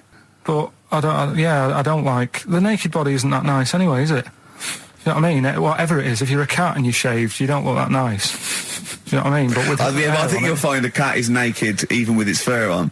Cats don't wear clothes. No, but what I mean is, a bald cat isn't that good. You know... Well, do you know what happened to me on the way in? Go on. A homeless person called me a dickhead. How did he know? Do you know him? Is that why? He's like the local big issue fella. Oh, yeah. And he knows me. He sees me walking up and down the street. Oh, that's how he knew you. Right. So normally I have a bit of a chat with him and that. And I walk past him. And, I can be a little bit cheeky with him because I've been cheeky with him in the past with stuff. You pinched his arse. No, just, saying stuff like, God, you're always there. I mean, you got home to go to and... stuff like that. Yeah, just breaking the ice. No, he knows, and he'd laughed at that, right, last time, so I thought I can be a bit cheeky, right? So he goes, do you want a big issue? I said, no. He said, come on, I've got loads of them, right? So I sort of said, when I was a kid, and I used to do a free paper around the free papers one, I said, just put them in the bin and go home, right? And he went, yeah, but how am I going to get any money doing that, you dickhead? You see, I can see his point. He is homeless and having to sell newspapers to get 50p or a quid or whatever. Yeah, and sometimes I treat him, right? And today I didn't have any money. I had a takeaway last night, and I normally give them £1, and I felt bad not being able to do that because I didn't have any money on me last night. Right. I couldn't look him in the eye. Did you explain this to the homeless person, the traumas of the takeaway without the tip? Did you explain that, you know, you've had it hard as well? I go, look, you don't. I had food delivered to my warm flat. Yeah, it was a nightmare. You don't know what that's like. You don't know what the trauma is because you can't have food delivered to your flat because you haven't got one. So please don't look at me like that. You should have said. But most people ignore him. At least I gave him a bit of acknowledgement and sort of... took the mic. Yeah. I didn't think I was. I just was being friendly. No, I know. You got to be careful with the homeless because this is true, and you know when the clocks went back recently, so you got an extra hour in bed. Yeah. And I was at Cash Point with a friend of mine, and there was a homeless person sat by the Cash Point, and you know, we would get some money out, and she said spare some change, and my friend said, oh, he's a bit awkward. He's just trying to make conversation with her. He went, oh, clocks go back. Extra hour in bed. Oh no. I gave her £2. I felt so bad. He didn't do it intentionally. He didn't realise what he'd said. Just making conversation. Bumbling. It's tricky making conversation with the homeless because there's so many areas you've got to avoid. You know. I'm a little bit concerned about your toilet discussion. What exactly is your point again? I was just a bit bemused. You see, it's a tricky one. All I'm saying is, right, there I was at the pub quiz. I go to the toilet, not thinking about anything. I try to go, right. There's a little gay fella next to me. I love this little gay fella. Now, the weird thing is, there's nothing stopping him having a little glance, right? Because he's allowed in the fella's toilet. Yeah. Now, I'm not allowed to go into the woman's toilet and have a little look round. Right. So all I'm saying is, should they have another toilet area? What, for gay people? Yeah. And so this would be gay men and lesbians? Is that going to complicate things? Well, I mean, I can only assume. I mean, to what point? I'll ask you a question, right? If you're intimidated, that's a shame. But you know, most gay men aren't looking at your knob. You know that. What do you mean? I can only say that 99.9% of gay men who use a urinal standing next to what they assume is a heterosexual man aren't looking at his knob. And what they're doing then? They're emptying their bladder. No, but the thing is, I can't talk. You're saying like, you know, about would you have one toilet for lesbian women and gay fellas, right? Well, does that mean? Would it be mixed? Would it just be? Would it have a man on one? That's heterosexual man. One little picture of a woman, and then what? What would the little icon be? A man and a woman. A man and a woman. Just having a chat. Yeah. In pink and Doc Martens. But you couldn't mix them because then what would happen is you'd get people who are going, oh, I'll play up to this a bit. What, pretend to be gay? And yeah, you know, sort of grow a moustache and shave their head. And pretend to be a lesbian. Right. Yeah. So I see. So you know, people pretending to be gay so they could go in and have a look at the lesbians. Yeah. Right. So that would mean that we need 4 cubicles now, wouldn't we? Yeah, no, this is fine. 4 cubicles. So every pub now... How many toilets do we need at Every the moment? pub's now got 4 toilets. Oh, Carl, bisexuals. Yeah. Now, interesting. Bisexuals. How many toilets do we need now? Call the council. Do you use any? Huh? No. No, because they're interested in everything, aren't they? Because the little bisexual fella will be looking at your knob. Right. With them, what you just have a door... You open it, and there's one urinal there, so you can't get a queue.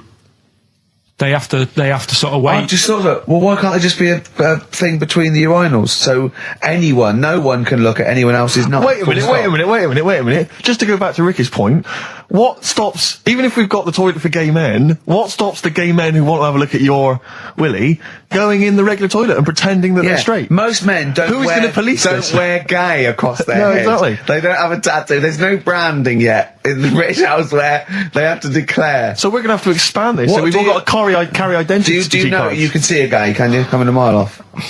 No? No, I'll just hold it in next time. No. Can you tell gay men? Do you know a gay man?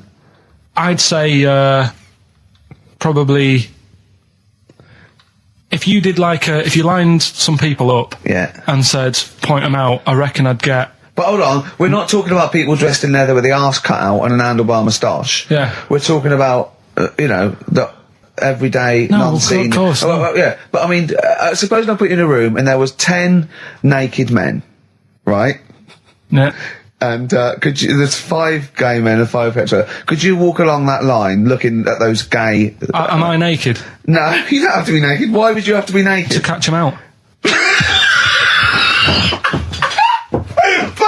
How would you catch them out? Do me bit. When you were playing Game Boy, right, and you looked in a hole, and you were reading your book, what is she doing? She'll make things seem more interesting to me. Do you know what I mean? So, like, when we're at the Owl and the bus driver said, "You've got an hour here," I said, "Why have I got an hour here? I go to a funeral with someone who I loved in the ground and don't spend an hour around it. Why do I want to... Do you know what I mean? Why do I want to spend an hour looking in this?" Wasn't that terrible when your auntie just shot up in all this magma? Yeah. That was terrible, wasn't it? That was the worst funeral you'd ever been to, wasn't it? But she'll tell you, that would make funerals more interesting. If they just... It was a cremation and a burial. Yeah. You just put them in a volcano and they go 2, 3, here they go, whee, up to heaven. I was having a conversation with my flatmate about songs that would be inappropriate to have at your wedding, at your funeral. And horny, surely is one. That was what we were thinking. Really? Yeah, that was the first one we came with. I'm horny, horny, horny, horny. See, there's always other things going on in my mind when I'm in that pub quiz. For me, it's just a little bit of fun. Sure. It's a night out. Do you know what I mean? Suzanne enjoys it. Yeah. It's a bit of a get-together. We have a chat beforehand. Yeah. We have a bit of fun. Yeah. But there was other things on my mind. Carl, I could do that here. I don't have to lose a tenner. Wait, what were you thinking during the quiz then, when the questions were coming out? What were you thinking of? Well, what it was, right, just before the quiz started, I had to go to the toilet, right? Because the rule is, right, people who don't go to it, once it starts, phones off, no more toilet. They take it dead serious, don't they, right? Yeah. So I went to the toilet. Now, I'm not being out of order here, it just got me thinking, right? I went to the toilet. The gay fella in there, right? There was a gay fella in there? Gay fella in the toilet. Now, how could you tell? How did you know? Just typical, you know, everything about it, right? Everything about it, right, yeah. Oh. What, large handlebar moustache, leather cap. Butt plugs, amyl nitrate. Could I just say that these views do not reflect the views of the management of XFM or me and Steve. Or most of the people in this country. Go on, Carl. What's your problem? Yeah, but this is what I'm worried about, really. But this is why I only got Danny Minogue right. Right? Because this was floating around my mind. Went to the toilet. Big gay icon, now, isn't she? Go into the toilet. They have like men's cubicle and they have women's cubicle. Yeah. Now, without sounding out of order, is it wrong for me to think gay men should have their own little cubicle? Call in. They should have their own... Well, not cubicle, you mean an actual toilet, I suppose. When I was at the urinal, normally, you know, there's a fella there and then you go, all right. And there's no pressure. But I couldn't go. I was thinking, should I wait? If I go into the toilet, it'll look obvious. Yeah. I had loads of pressure and but this was going on. What were you worried about? I'm so sorry. What were you concerned about? Viewers? I'm so sorry. Well, it's like, right, listen, when I was a kid, right, and it's all right for you to go into women's toilets when you're a kid. It's like, oh, it's a bit cute, right? As long as you're not, like, over 15 or something, right? Right. But when I was a kid, I went into a toilet, and women, when they use their little cubicles, they don't shut the door. Some of them just sit down on the toilet, right? And you see everything. And, no, seriously, that's probably one of the first times I saw, like, a woman. Yeah. That, right? And my Auntie Nora when she was staying over. What happened with your Auntie Nora? She was, she's into wearing caftans. Into wearing what? You know, caftans. Oh, yeah. What are caftans? Big, bellowy sort of dresses. Right. And, yeah, I used to sit on the floor at home in front of the telly. Sure. She was on the chair behind. Yeah. She did a bit of a sort of a Sharon Stone scene. Oh, God. Yeah. Did you see it? There was no underwear? No. What age were you? What was it like? What age were you? It was like a ripped tennis ball. What? Right, we're off air. Either that or put us in for the Sonys. And there was also a fella in the week who said that women shouldn't be wearing trousers. Why? Because they don't look good in them. What do you think? What do you think about that? It's rubbish. Yeah. These are the only things that have caught your eye over the last couple of weeks. This is the entire news. Galileo did something with light. A French fella said women shouldn't wear trousers. See, that to me wouldn't pass as education. It's not education. I don't know where you could ever use that. I don't know when that would ever be applicable to life. I just like reading stuff that sort of reminds me of. Do you know what I mean? If I read it and it gets me thinking, I think that's a good little piece. But I mean, but surely can't you just sort of like sit near something that vibrates to keep your brain going, or shake your head every now and again? I mean, what does this do? You mean it makes you start using your brain? But what aspect of a Frenchman said women shouldn't wear trousers got your mind working? What questions were you asking? Because I thought that's a bit daft, isn't it? Right? Yeah. Okay, it ends there with me. There's nothing else. There's nowhere else for me to go on that. Your mind's still worrying. Yeah, go on. What do you think? Let's go through this. Oh, I wish we could download his thoughts. I know. Just watch it. Yeah. Wouldn't it be great, like a DVD? Cartoon. Imagine that extra footage on the Office DVD. Yeah, Carl's brain. That would be with amazing. Oh, with the commentary. Go on. Women wearing trousers and that, right? On the estate that I grew up in, on right? There was a woman about 4 houses down, right? Rough. Now, she used to wear leggings. Yeah. Now, they're a bad idea. They are a terrible idea. I agree with you there, Carl. If you're a lady of what the colour? normo persuasion... Were they pink? No, they were sort of black, but with all bits on them. Oh, right. Do you know what I mean? What, toast and just horse droppings? Yeah, go on, yeah. And she used to... she's quite a big woman. Sure. Pauline Quirk, I think we described her as. Look like a light bulb. Which it is those kind of women that are attracted to leggings. Yeah, I know, yeah. They are drawn to them like a moth. Yeah. She used to wear them, and that's what I remember when I read this piece. And she used to work on one of those sex line things. Right. She used to do that. But what was she, an engineer? The weird thing with her was she had big eyelids. Right. Go on. That were too big, and this is what I was thinking. What do you mean she had big eyelids?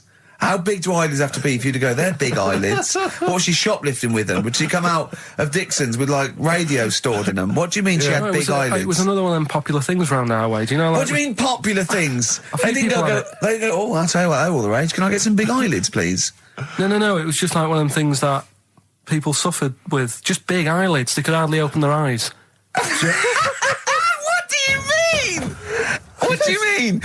That's one of them popular things around where I grew up. People had big eyelids. They could hardly open their eyes.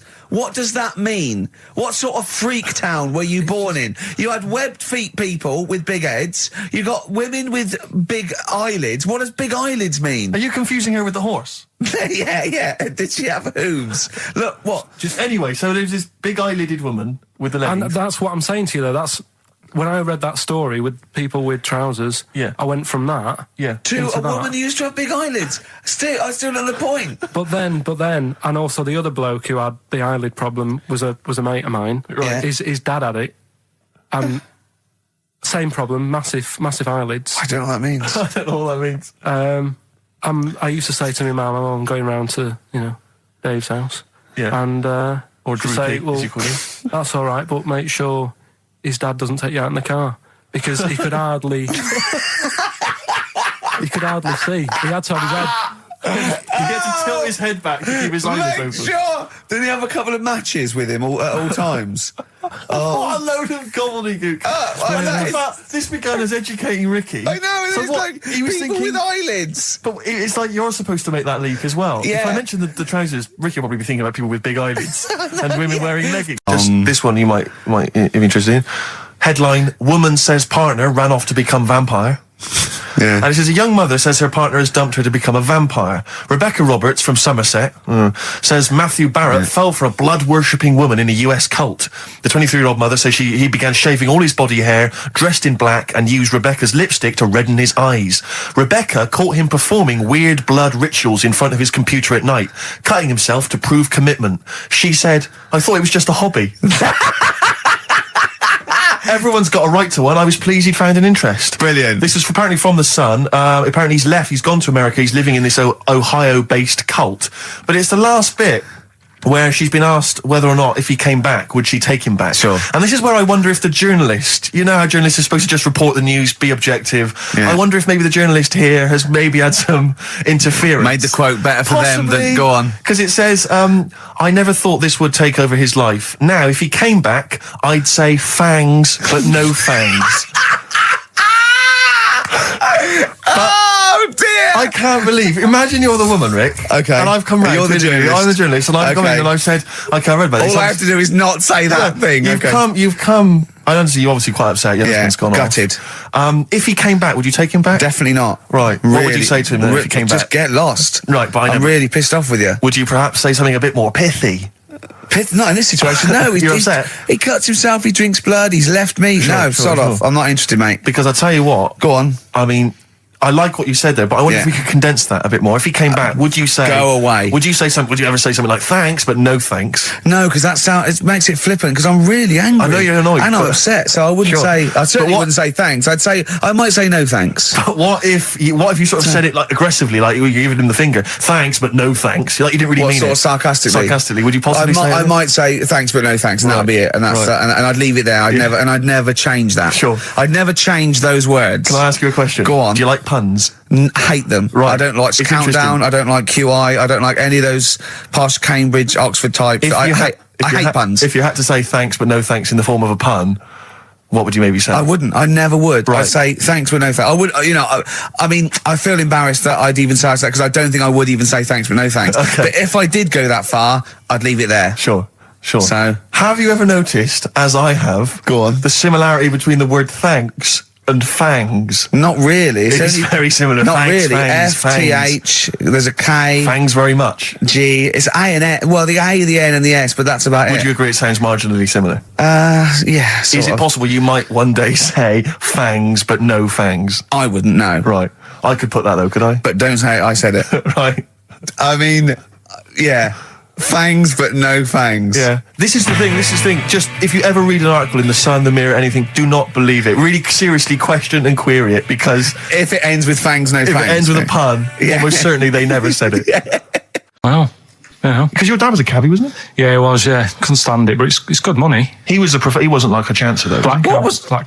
What was he doing when he put that little Forrest Gump in a weedy bin? That was part of the cab company thing. They had to do like a charity event once a year, and he did it one year. Never asked him again. Tell us the story again. I'd rather not, because we got a few sort of complaints about it. Why? Why did you get complaints about it? Because he put a kid in a bin, and it's not the thing to do. But we could use it as a sort of sobering lesson for people. Yeah, tell it like a, you shouldn't do it. Nah, yeah, but that's how I did it last time. But people still didn't like it. All the stuff I tell you, we don't take the mickey out of people on purpose. No. It's real life, isn't it? And that goes on in life. Yeah. My dad was saying that in hospital, though. Do you know how he was in hospital? Yeah. He did some jokes about old people and that. And he said, at the end of the day, if something makes you laugh, it's funny. And if it makes you laugh, you can't help laughing, can you? Do you know what I mean? So, what are you meant to do? And laughing's good for you. Yeah. So... But being laughed at isn't as good for you, is it? No, but there's probably more people laughing at one person. So if you balance it out, there's only one person who's upset and there's a bunch of people laughing. So it's genius. Give me an example of that. Give me an example. Well, for instance, Karl Pilkington as he talks and the people listening. Yeah. No, give me an example of I can't, because again, that's what I'm saying. I can't tell you the story because there might be someone out there who... This person might even be listening and think, I forgot about that and you brought it all back to me. So I prefer to leave it, but I think people know... Why did he put him in the bin in the first place? Because he was getting out of hand. What was he doing, though?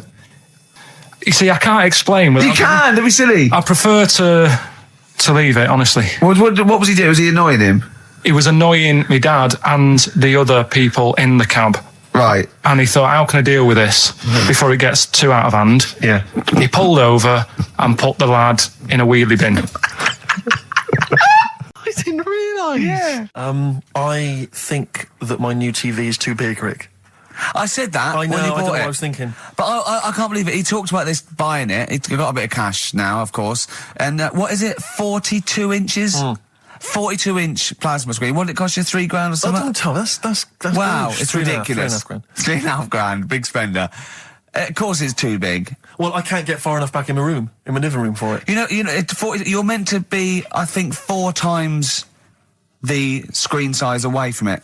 Really? To get out from the air. So that's 4 times 42 inches. You're meant to be sitting away from it, which is impossible. Yeah.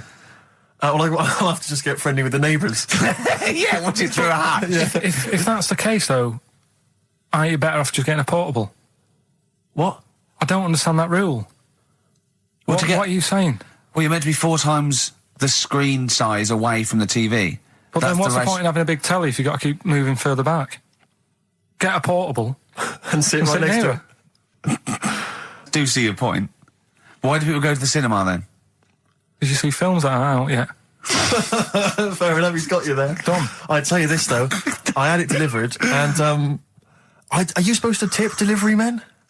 Of course you are. I don't know. You see, I've never had anything delivered before. I've never spent that much money. Not if it's a courier with an envelope, but if it's a bloke who's struggled up the stairs, two fat blokes with a fridge, then give him a £5 for a drink. But the problem was, I didn't realise, and I was thinking to myself, I wonder if I've got to tip him. And the guy was leaving, and my mobile phone went off in my pocket, and I reached in to get it. He put his hand out thinking it was going to tip. I went, it's just my phone. And I felt terrible after he left. I didn't know. What was I going to do? Run down the street and offer him a £5? No, of course not. No. I'm not made of money. I just spent it on TV. Yeah, I've got no money, mate. No. I just spent it all on this. I had to clean out my jar, everything, the drawers. Yeah, I'd take some bottles back. The problem was it took me forever to wire it in. I thought, I'm not going to pay for someone to wire it up, So it took me about 3 hours to wire it in, and it was huge, and I got it switched on, and the first programme that was on when I got it wired in was Bargain Hunt.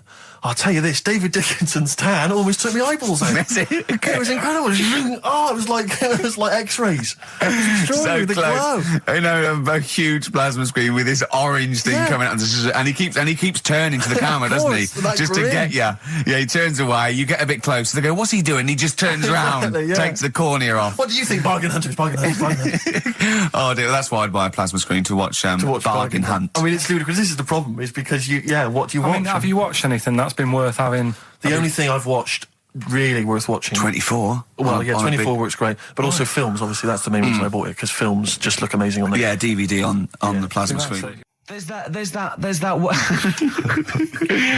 one that a bloke was going to get a phone call at 4 o'clock to find out if his business was okay, right? And if he didn't get the phone call, he knew he was broke, destitute. So dead on 4 o'clock, the phone didn't ring, so he went up to the roof of his office and he jumped off to commit suicide. And as he was passing his window, the phone was ringing. Oh no. Carl, it didn't happen. Didn't happen. Think it through. Who told that story? Who told that story? As he hit the pavement at 120 miles an hour. He's the only person who could have known that series of incidents. Also, why didn't he wait? As his life's at stake, why didn't he wait till 5 past? I'm going to give it 5 minutes just in case. Just in case the lines are busy. Yeah. And what sort of bloke goes, I'll call you at 4, okay, if your business... Well, call me anyway. No. If I don't call exactly 4, then, you commit suicide. Commit suicide. I would, because if I don't call at 4, that's the end of it. Well, call me anyway. No, that's not the way I work. Why can't you just call me and tell me the other way? Well, I'm telling you how I do it. If you're bust, I don't call. Can't you just call to verify in case something goes wrong? What if it's engaged? If you want to be engaged, just commit suicide at 4, please. It didn't happen, Carl. No, but I was saying this the other day. And an Atari. Right? I was walking through London. Commodore 64, rubbish. Exactly. Walking through London with Suzanne, right? Yeah. And like homeless people always have dogs. And she said, I hope she looks after it. I said, that dog is happier than most dogs. Right. Because people always walk past and give it a pat on the head. Yeah. It's with its owner all the time. Yeah. It's out in the open. It's not locked up in a house. Yeah. It doesn't eat, but other than that... No, it does eat, though. They're always all right. So that's what I was saying. I think this horse was doing all right for itself. Do you know what I mean? Well, not many horses have got their own house. Exactly. For a start, yeah. Well, anyway, that's by the by. Yeah, so anyway, this family... Who's a bit... What were we talking about? It was about cloning... Genetically modified kids and all that stuff, Right. Now, what I'm saying is, you could say, right, Steve, you could have a baby, right? Mm-hmm. And Ricky could see it and say, God, I want one that looks like that. Yeah. Right? It could happen, Rick. So... Come on, work with him. So you take it to the doctors, and I don't know what they do. They inject it with something or whatever. Yep, that's how it's done. Yeah. And get a little baby, and there it is. It looks the same. Now, the thing is, you separate. You both go off and do your own things. Yep. Right? Now, you look at Stephen, you look after your baby. Yeah. You treat it well. You give it good food and I'm a good dad. all the vitamins and stuff. Yeah. Ricky just gives it cheese. Right? So then it changes its looks. It goes a bit fat. You know, it gets tired easily and that sort of thing. Now, when this family... Why am I just feeding a baby cheese? Right, this family who had a horse in their house. Yeah. They had a little baby, and my mum went round and said, "You're not going to believe this, but it's a beautiful looking baby," right? Yeah. And I was like, well, you know. And the weird thing is, it was a good-looking kid, but as time went on, they didn't really look after it. And I'm not saying, like, abusing it, but it used to run around, it used to play out till, like, 10 at night. Yeah. It used to chase cars. Right. It was a bit... Did it have hooves? No. Chase cars! Right. What sort of kid chases cars? Oh, God. No. Was it called Rover? Did it catch sticks? It's Liam, it was called, right? Right. Now, the weird thing is, it was a good-looking kid, but as time went on, and all that, like, not eating properly and its hair was all patchy... It's not Liam Gallagher, is it? and chasing cars and that, and it became an ugly kid. It's definitely Liam Gallagher. And that's what I'm saying, right? You can clone all you like, but at the end of the day, it's how you brought up. Brilliant. Wow. Life. Wow. That was a hell of a point. Oh, God. But am I right? Oh, you're always right. We went. It was a great day, wasn't it? Brilliant round of golf. Absolutely brilliant. Such a beautiful place in Stoke Poges. It's like a really posh place. And are you a good golf player? Well, we'll get to that. Oh, okay. Wow. He bought the shoes especially for it. Oh, I'd love to have seen him in those little shoes. I know, and they were no good because they were metal spikes. We had to change them. He was annoyed straight away. He spent over £22 on these golf shoes. We hired a buggy that was brilliant fun. I was bombing along, wasn't I? I don't drive, but it was great on that buggy. Well, you've been on a buggy with me, and you were a bit scared. Yeah. What? I nearly killed us once. I was just taking banks and things, but you don't see sort of bunkers, and he'd scream and go, "Stop!" And he'd put his foot down the brake, and then I reversed. At one point, he sort of did a handbrake turn next to the lake, and then we had to reverse, right? And you just flick a switch and put your foot down. He did that without looking. I look behind, there's a big oak tree there. He screams, "Watch the tree!" Right? So Dukes of Hazzard. I kept jumping in and leaving him behind because I had to go to my ball. Anyway, so the first shot, I got on my driver. I honestly did one of the best shots I've ever done. It went straight down. It was great. I thought, phew, got away with that because it's always the first one because it's a clubhouse and you want to look good. Yeah. So. He tees up, and I've been saying, buy some balls. He just got 6 balls. I was going, what if you lose me? I won't lose 6 balls, right? He tees up, right? Whacks it. It goes miles, like right angles, straight into the woods, right? He turns around, he goes, go and buy some more balls. So I'm laughing, because it's like impolite to laugh, but he broke the ice for me, and I was falling around, and then his second shot, I go, you're off a 3 now. If you take another shot, he went, oh, right. So it's his third shot, he puts the ball down. He hits the ground before it and misses the ball altogether. And I was on my back, wasn't I? Unbelievable. Actually rolling about on his back. I was rolling about, and we were terrible. I went round 107. He went round in like 119 or something. Sure. It was just rubbish. How long did it take? 5 hours. Of course. And there was no one around, luckily. But it was fantastic. So then we go and have our meal. What annoys me, I said, right, I'll go for a run. He went, I'll have a bath. I said, I'll see you at 7:45. At 7:55, I have to call him. He's not ready, so he's let me down there. I can't stand lateness or laziness. You hate lateness. Yeah, and he's let me down. Do you know his excuse? He fell asleep in the bath because there was no light bulb. There's no light bulb in the bathroom. So instantly he fell asleep, and he was late. No, do you know what I mean, though, Steve? If you're sort of, like, nice and warm and what have you... I was tired anyway. I've been stressed out for 4.5 hours, right? My life flashed in front of me a few times in that buggy. So it's all sort of wears you down a bit. I thought, right, I've got a headache. You're going for your run. I'm going to have a bath. I walk in, put the light on. For some reason, it didn't come on, but I thought, it's all right. I'll just... doesn't matter. You can have a bath in the summer, so it's light anyway. Well, there's no windows in the bathroom, so... So you were in the darkness? So I'm in the darkness. I nod off because I'm shattered. He calls up, hassling me. So I said, well, it doesn't normally take that long for me because, you know, I haven't got like long hair. I've got a dryer and so I can sort of one wipe. Yeah. It's already 10 minutes late though when I called. Well, 10 minutes. 10 wow, minutes. late. This is late. This next. Doesn't matter. Dinner wasn't until 1:15, so we had like another 20 minutes anyway. So it doesn't really matter. Yeah, but we said 1:45. So he's calling up, hurry up. So I said, yeah, all right. So I get out and dry and like my tackle and what have you. Calls back again 30 seconds later. You know? No, I don't. No? You know, I You don't like you're that. not gonna do that, no. Give it a wipe. 30 seconds later, come on. So I end up going downstairs to the meal area, naked, with a wet shirt on and wet socks. I've got headache as it is. Meant to be a relaxing weekend. But anyway, so we have our meal, which is really nice. And then we're sitting in the bar. I'm having a cigar by the fire. Yeah. Like, we're having a rather nice Pinot Grigio. Yeah. He's there going, I've got headache. Is this 1955 that you live in? I know. Yeah. It's so right. And we are knackered because you know he's not used to work. I've seen him moaning, falling asleep. He's not used to it at all. And you've been on your feet for over half an hour. Yeah, right. So we didn't even walk around the golf course. We had a buggy. Yeah. Wasn't even exercise. Like Cole, she's a girl and I'm a man. Good, that, innit? On XFM 104.9. Ricky Gervais, Steve Merchant, Karl Pilkington. Okay. Right. So, it's annoying that, because my girlfriend said to me, just make a note of the time and they'll stop having a go at you. Yeah. Yeah? And I kind of thought, it's all right. Didn't listen? I don't think it matters anyway in this one. We're looking at the saying, right? So it's giving someone a cold shoulder, right? And what it is, right, ages ago, there wasn't enough houses for people. Right. Because there wasn't much money being made. You know, there weren't big businesses. People weren't earning good money like they are now. So there wasn't as many houses, right? So what you ended up getting is like, the rich people having a nice place to live. Oh. And the poor people were like wandering about, looking for places to live and that. And what they ended up doing is they had like, people would go around to the mate's house and say, look, I haven't got anywhere to live. It's a bit cold. Can you let me stay? Right? So they'd go, all right, then you can stay a couple of days.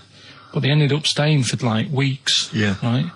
So to sort of get rid of them, what they'd end up doing, they'd be making the dinner, and they'd be making a lovely dinner, like a bit of meat, nice warm meat, and nice veg, gravy. And this happened every time, did it? This is where the saying came from. This is what happened, Rick. This is what happened every time. It was in that vague book. The book of vague sayings and stuff. Right, so they'd be making a nice meal, but what they did, they looked after all the family. But the person who won't go home, they just give them some, like, sort of a cut-off of cold meat. Right. So they'd say, you're giving them the cold shoulder. Meaning... Right. Okay, that's rubbish. Okay. Absolute... Carl, why would that necessarily work? Yeah. Why do they always, in every situation when you want to get rid of a lodger, well, still feed him every day, but make the meat lukewarm. So they always leave then. Yeah. Oh, this food's lukewarm. I'm going to become homeless and again, wandering the hold streets. On, are you giving me the cold shoulder? Yes. Do you want me to leave? Yes. Just say leaving. No, I like to do it cryptically. That way, in years to come, someone will have a little saying about it. Well, anyway, that was our bacon in the morning. If you've had enough of meat, we'll leave that. Well, bacon in the morning! Oh, bacon in the morning if you've had enough of me! Come back. What are the others? Just tease us again with the others. We'll come back to those. You've got, he's a bit of a nuisance. And we'll have a big fire tomorrow. Nice, looking forward to that. Right then, so we've got, we'll have a big fire tomorrow. Yeah, go on. Is that the one you want? Let's go for it. Right, I think this was like round the 1700s. Bluffing. And just bluffing. Who was the king then? Don't know. Go on. But it's about the word bonfire, right? Bonfire. Bonfire. Yeah. Do you know where it comes from? No, go on. No. Right, what happened is it's got nothing to do with Guy Fawkes and that, which is what I thought when I saw it. It's got nothing to do with that. But ages ago, at 1700s, right, they didn't have enough houses, like I mentioned. Okay. Yeah. So if that happens, you get people living on the streets. You get diseases, people aren't cleaning properly. So you get more deaths. All right? Yeah. So think about it. You've got all these dead bodies lying around. They're running out of space because there's like, I don't know why they're running out of space, but they haven't got much. I don't know why really. I was going to say they should have just buried them, but there's probably more land back then than now. He doesn't need anyone else in the room to have a dialogue with himself. Yeah, we could leave and we'd come back and he'd go, I've sorted it. Yeah. Well, anyway, for some reason... They presumably, if it's going to be they burnt them, it's presumably to that it also kills the parasite or whatever's carrying the parasite on them, as opposed to burying them and not killing the disease. Well, yeah. So there you go, you've worked it out. They piled them up and they turned it into a celebration because there was a lot of fed up people at that time. Is it going to be the word bon, meaning good? No, I'll tell you in a minute. Go on. So you've got all these people who are like going around and like, oh, you know, so-and-so died the other day. And, you know, nearly every week someone they knew was dying. Yeah. So you can imagine like just constant like being depressed. So, and they've got all these bodies lying everywhere. It's like, oh, God, what are we going to do? So they said, we're all too fed up at the moment. Said, let's make this a better world. This was 1701 by the time they got together. Yeah. So they said, what we need to do is have a big party. So they said, yeah. Good thinking. See what you're thinking. So they go, right, well, we'll put all the bodies in a big pile. And they're all diseased and that, so they set fire to the bodies. And they said, let's have this as a celebration to remember them by. And, you know, we'll have a drink and that, and have a chat. We'll have this big fire going, and it came from bone fire. Ah, right. So it was all the bones. Bonfire is bone fire. Yeah. Excellent. Yeah? That's interesting. So that's how it came about. Yeah, in the 1700s. Yeah. That was? No, probably, I reckon it was 1600. Probably earlier. I reckon it was the plague. I reckon it came from. But interesting stuff. Interesting stuff. So that's... Did you celebrate Bonfire Night? Is that a big celebration for you? Do you like the fireworks? I'm sick of fireworks. I just think they're rubbish. I'm not impressed. I've never been impressed by fireworks. Even as a kid, you know, you have to go to like sort of community kind of gatherings with the bonfire and fireworks, and some local vicar or whatever would come out and... But I also think the adults think the kids love it, and if they just got together and said, should we go this year? They'd all go, no. Yeah, absolutely. Let's not go this year. What would be better is if the vicar had wheeled out like a massive rocket, climbed in, gone last one to the moon is a bender, and then fired himself off. Now that, I'd pay to see. That's a firework display I'd like to see. As it is, it's just rubbish. Oh dear. Yeah. That's excellent. I'm not keen. No. Sorry, what clue was that? We'll have a big fire tomorrow. Bone marrow. Incidentally, last week, you remember, we began the show by talking about knobs. Yeah. I think we've got a bit more knob news this week. The knob is coming up, is it? Knob news is on the way. After Radiohead, more cock. Radiohead and go to sleep. That's not to you. Please don't go to sleep. We've got another hour and 35 minutes of fun chat and great music on XFM 104.9. I'm Ricky Gervais, with me Steve Merchant and Karl Pilkington. Pilky, little K-Man Pilkers, little baldy twat mank whinging, a little bit bent Pilkers. There he is. There he is there. Now, Rick, you may remember that last week we opened with some quality knob news. Knob news, yeah. It was Hitler's knob. Hitler's knob was one of them. That just sparked off into a whole bunch of other knob-related discussions. Yeah. And I'm pleased so far to see that we're almost at the halfway mark for this first hour. And so far we've only talked about nudity and/or todgers. Yeah. So excellent work from us. Well done, lads. Yeah. I'm looking forward to Dr. Fox and the rest of the Sony award committee listening to this one. Yeah. But more knob news. I don't know if there's a jingle for that, maybe. You nearly had the eye out. Knob news. Knob news, excellent. This is an extraordinary story. A woman tried to sue her bosses for £210,000 after finding a cooked penis in a canteen stew.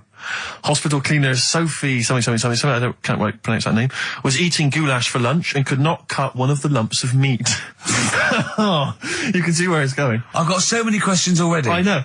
She picked it up and tried to chew it, but it was too tough. Then she inspected it with workmates, who all agreed it was a penis. Imagine that discussion. Yeah.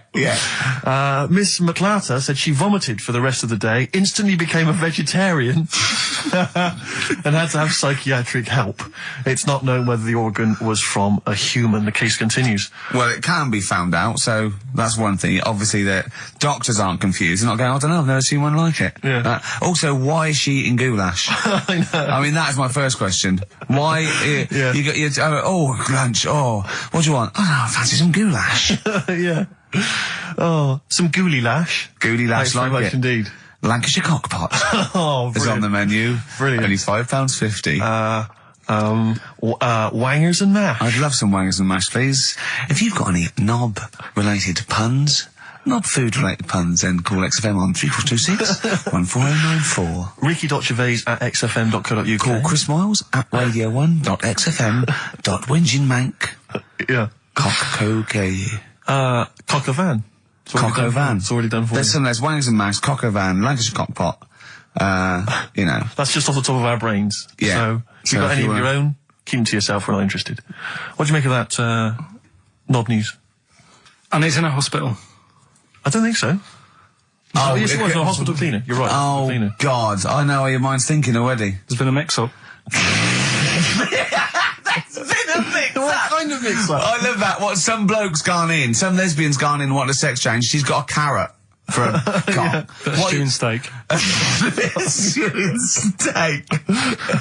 Oh, that would be great. You're not a doctor, you butcher. It's not funny. There was some other news, whilst we're doing the knob news, just cram this one in. There was some story on some news website about some lad who wasn't happy with what he'd been given. Right. What do you mean? He had an op? No, he wanted to have an op. He wasn't happy with what God had given him. Yeah. Yeah. What the Lord had popped downstairs for him? Sure. And sorry, no, wait a minute. Was he a bloke who wanted it? Yeah, a fella. And what he wanted, he didn't want a knob, or he wanted a bigger knob? Wanted a bigger one. Right, okay. And cost £5,000. Right. And they made a mess of it. Well, how did they make a mess of it? Don't know, it came out smaller than they went in with. Well, no, what do you mean? I don't know all the ins and outs. Oh, God. It's just he borrowed the money off his mum. There's been a slight mix-up. He borrowed the money off his mum? I love that. How bad is that? What do you want for your birthday, son? Yeah. Interesting. Thanks, Mum, for asking. A couple of bits of news as well. Hello, Doctor. How did it go? Well, firstly, don't look under the bandages and don't have the goulash for lunch. It was smaller than you went in Mum, with. you got £5,000. Why? Just give me tell me what it's for. You can have it if you tell me what it's for. Well, look at that. Oh, you need a bigger one. Yeah, definitely. There's the money. Yeah. On you go. Nothing can go wrong. What did he say to the doctor then? That's rubbish. I didn't read all the ins and outs. I just, like I said, I saw Just it. looked at the picture. They want a picture. But you just thought, well, thanks for it. You just thought you'd pop that one in. Thanks. Yeah, that's the end. Knob News Extra. Yeah. Play record, Carl. So if you've got any knob news, we've got one more show left. Send that to ricky.gervais@xfm.co.uk and we'll hopefully get that knob news on there next week. Yeah. All right. Some Dizzy Rascal. Oh, Dizzy Rascal, yeah, he's one of the hot new English rappers. Let's play it. Dizzy Rascal, apparently, according to Carl, he hails from Bow, if he's listening. Good work. You have a number 3 hit with that. XFM 104.9, Ricky Gervais reading a magazine, Karl Pilkington, in a good mood today, so everything to play for. Some adverts. Steve reckons, in ancient Greece, right, it was better to shag a bloke than a woman. And I went, well, yeah. I mean, that's about the male being sort of a first-class citizen. Yeah. Much better, wasn't it? An aspiration to sleep with a beautiful man than a beautiful woman. Women were lower-class citizens, so therefore men were seen as higher class. So to have sexual relations with a man there was no shame in that. No. In fact, it was looked upon. And I said, well, ancient Rome. I said, Nero. He sit in his big jacuzzi and he used to get, pretty boy men to go into the water and just nibble at his testicles while he was having a wash. He didn't do that. He did. No. Yeah. And he's not a gay fella. No, well, no. I mean, I don't know about Nero, but I mean, it wasn't a case of a big delineation between what was heterosexual and what was gay. It was just, whatever you. So what did this fella do then? This one who's having his. Well, he was pretty much top boy, Nero, for a while. He was in charge. And, and you did what you're told. If Caesar or. But why were people going round there? Why didn't they go? Oh. No, they weren't dropping in. It wasn't like the door was opening. I'm just going to see what Nero's doing. It's not like when I pop in here to see you. Normally what would happen is he'd say, "Come back to my place. I got a book for you." Yeah. You'd pop in. But he'd come out in his pants. Elton John would be on. You'd have probably been like a delivery boy or a stable boy or something. you know, and you'd have popped round there, and you'd have gone, there, right, Nero, there's the tablets of stone you wanted. And they go, Pilkington, why are you here? Pop under, I don't know why he's French. What is that? I don't know why he's French. Just pop under the water and nibble at my testicles, and you'd have done it. Because he was Nero. I wouldn't. He would have. There's no way I would have done. Yeah, well, you would have. What have I done? I've dropped a pizza off. Yeah, you put around to Nero's place with the pizza. Right, I'd say I've done my job. Right? Yeah. That's not the sort of tip I wanted.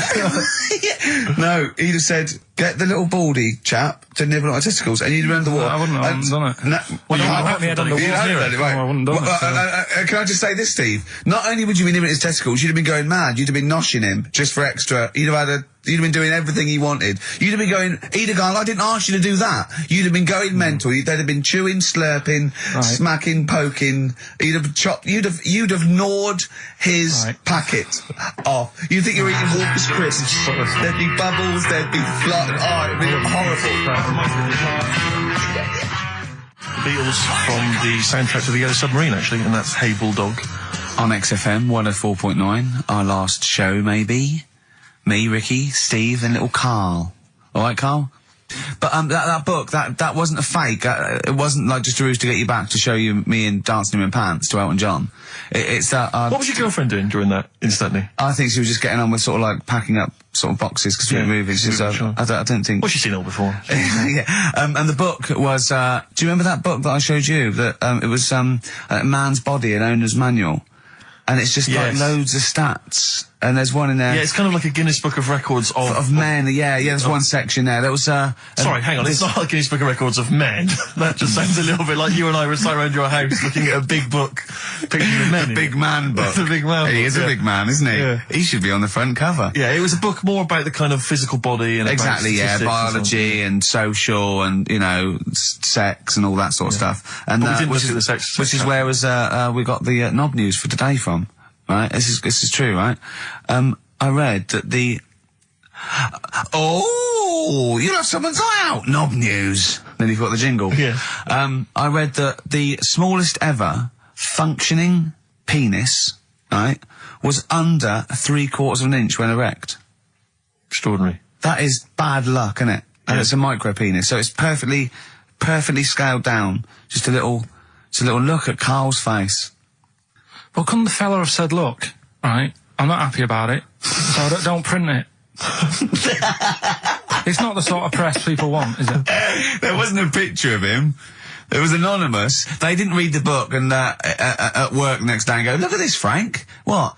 Smallest ever penis, half an inch. He didn't go, it's me. He just went, yeah, loser. Yeah. You know what I mean?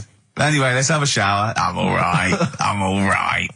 He must have had to have a little jod with a pair of tweezers. Yeah, presumably. Because you couldn't even get a fist. I mean, no. That is bad luck, isn't it? Was he a good-looking fella? What would you do, right, if he invited you round and said, right, and he was like the king, right, and he went, oh, Karl, can you just go in there and just nibble at it? And you've gone under the water, and you're just about to nibble at it, and you come up and you go, that's tiny. Would you be disappointed or relieved? Right, well, that wouldn't happen. No! Karl, I'm saying if it did, would you be disappointed? Would you go, oh, I can't even I don't know where to start with that? Or would you go, oh, thank God it's not a big one? You've got to remember that he's the emperor. So you've got to do what he says or he'll have you killed. What would you do? Would you go, oh, lovely set of tackle, or, oh, it's not as big as I wanted, or would you secretly think, I'm glad it's not big because I didn't want to, because I'm not that guy? I'm not even gonna think about it, because I wouldn't do it. I know I wouldn't do it, even back then. Even back then? What do you mean? When was Nero at it? What? Well, the Roman Empire was sort of like 2000. Well, it stretched up for to years. about, yeah. So, it's a long time ago. Yeah, I wouldn't do it. You'd have to. I always remember, we're still doing knob news? Yeah. Just a... It's just Knob news extra. Knob news extra.